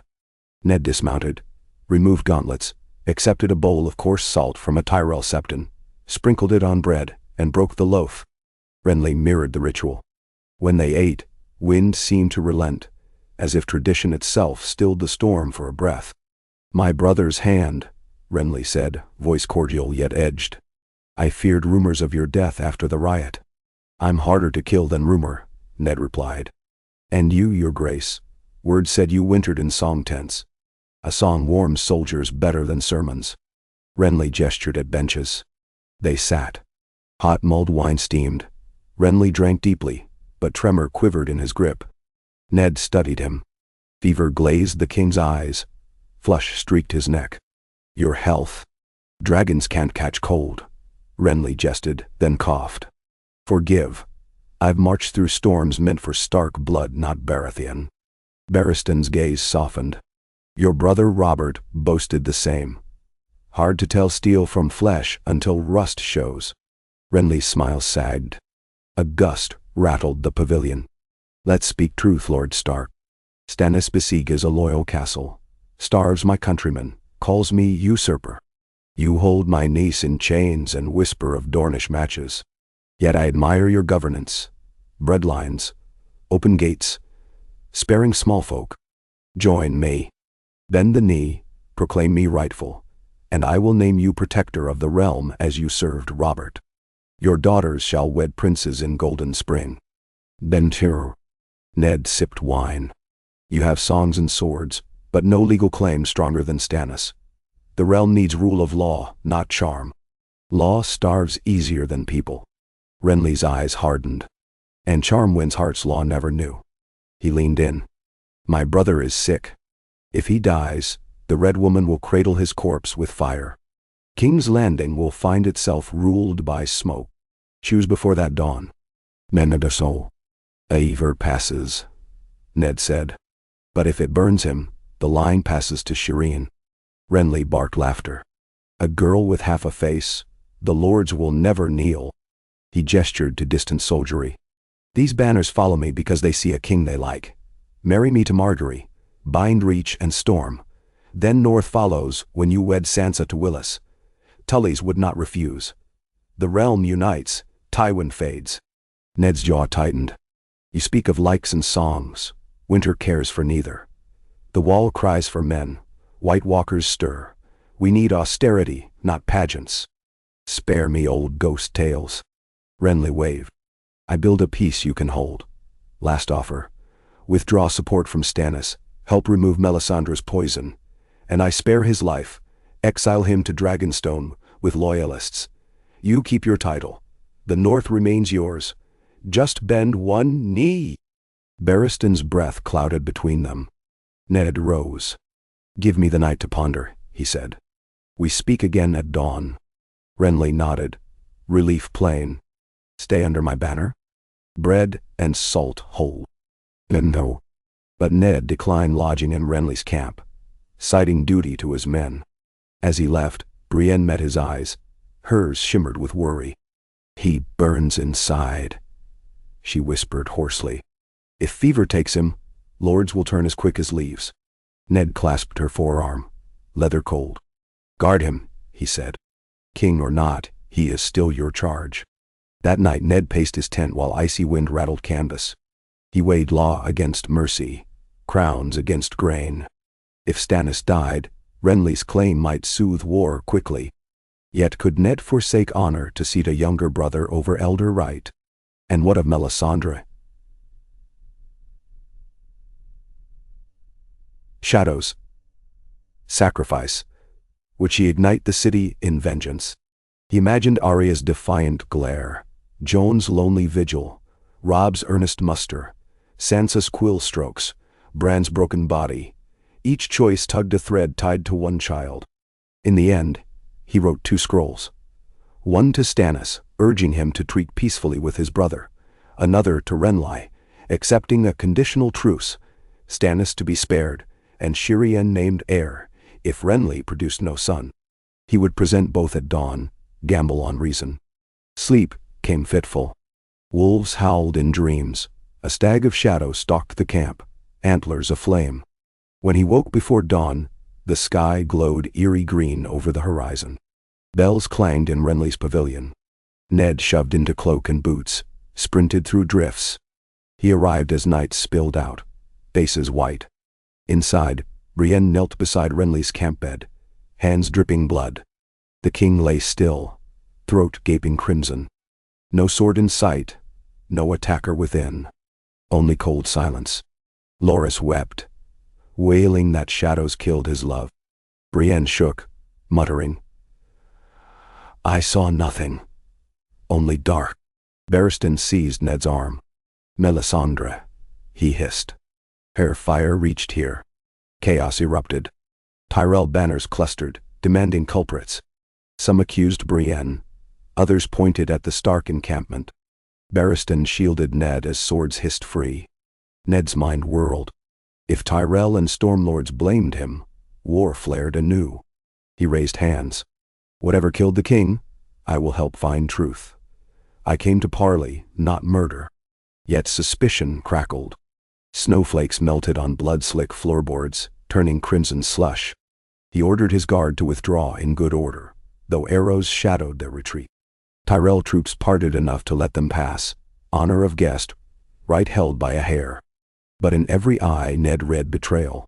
As the Stark column rode north, horns mourned behind, smoke already rose as Renly's pavilion burned, green flames licking sky.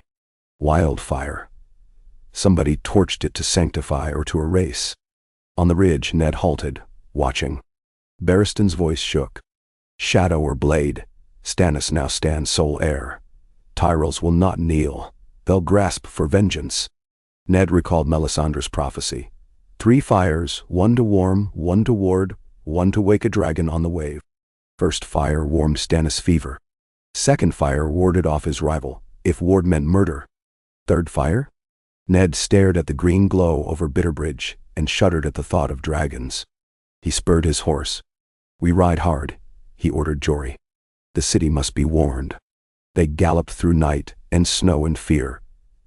Candles of frost outlining each breath. Along the King's Road they passed fleeing merchants, Tyrell outriders, and at wayfarers, rest found a charred convoy of Crownland wagons, grain Renly intended for the capital, now ash. Famine advanced faster than any army. Yet faster still rode ravens. By the time Ned crossed the Blackwater Bridge, chaos boiled. In his absence, Melisandre had predicted Renly's death before dawn. News reached the city with unnatural haste. Small folk whispered in awe or terror. Some knelt before the Red Temple delivering votive candles. Others sought the Sept to beseech the Seven's protection. Ned marched into the throne room coated in road dust. Stannis, pale but steady, awaited on the Iron Throne. Melisandre at shoulder, Davos on the other side. Tyrell envoys stood at spear points, faces hard. Your brother is dead, Stannis said. Will his banners bend the knee? Ned's voice rasped. Not while I believe sorcery slew him. Stannis' fist thudded the throne's arm. Treason breeds rumor. I sent no assassin. Melisandre's red lips curved. The night is dark and full of terrors. One king's light extinguished, another's blazes brighter. Davos scowled. An ill way to speak, my lady. Truth cures fear, not riddles. Ned stepped forward. Prove no blood magic touched him. Allow the maesters to inspect the corpse, question witnesses, grant the Tyrells safe passage for mourning. Then? Stannis hesitated, then nodded. So be it.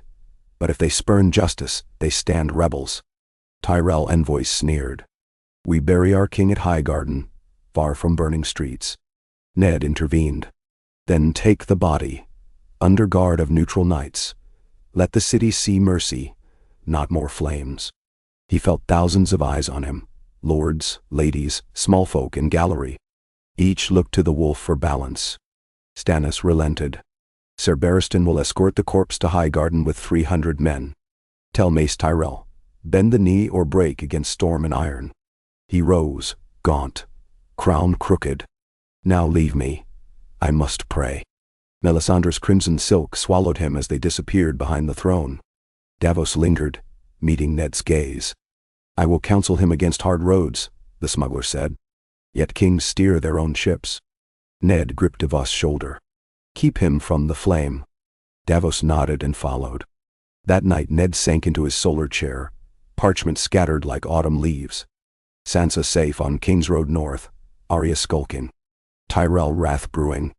Tywin's lions sharpening. Wildlings massing. White walkers rumored.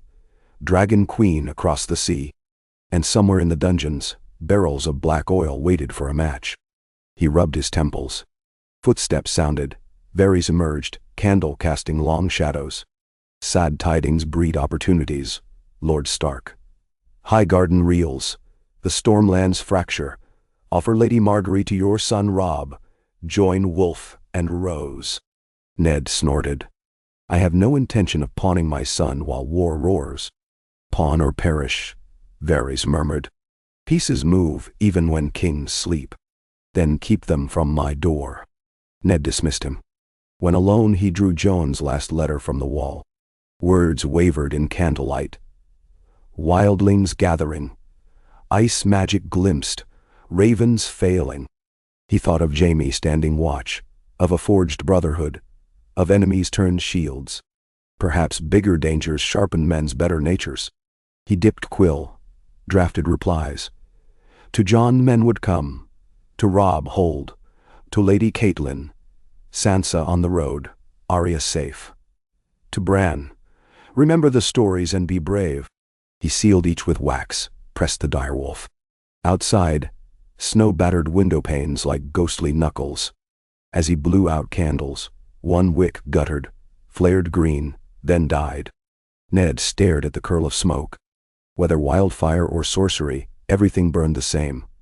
Bright, brief, hungry.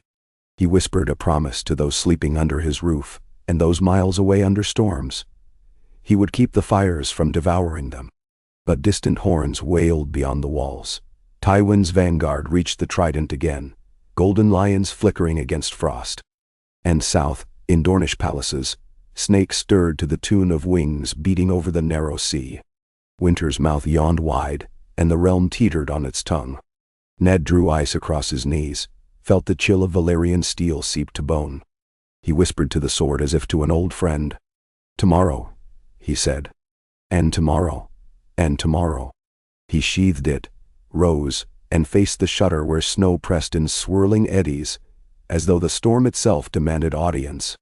Outside, dawn's first bruise touched the clouds, and he wondered whose blood would color the snow before that fragile light grew full.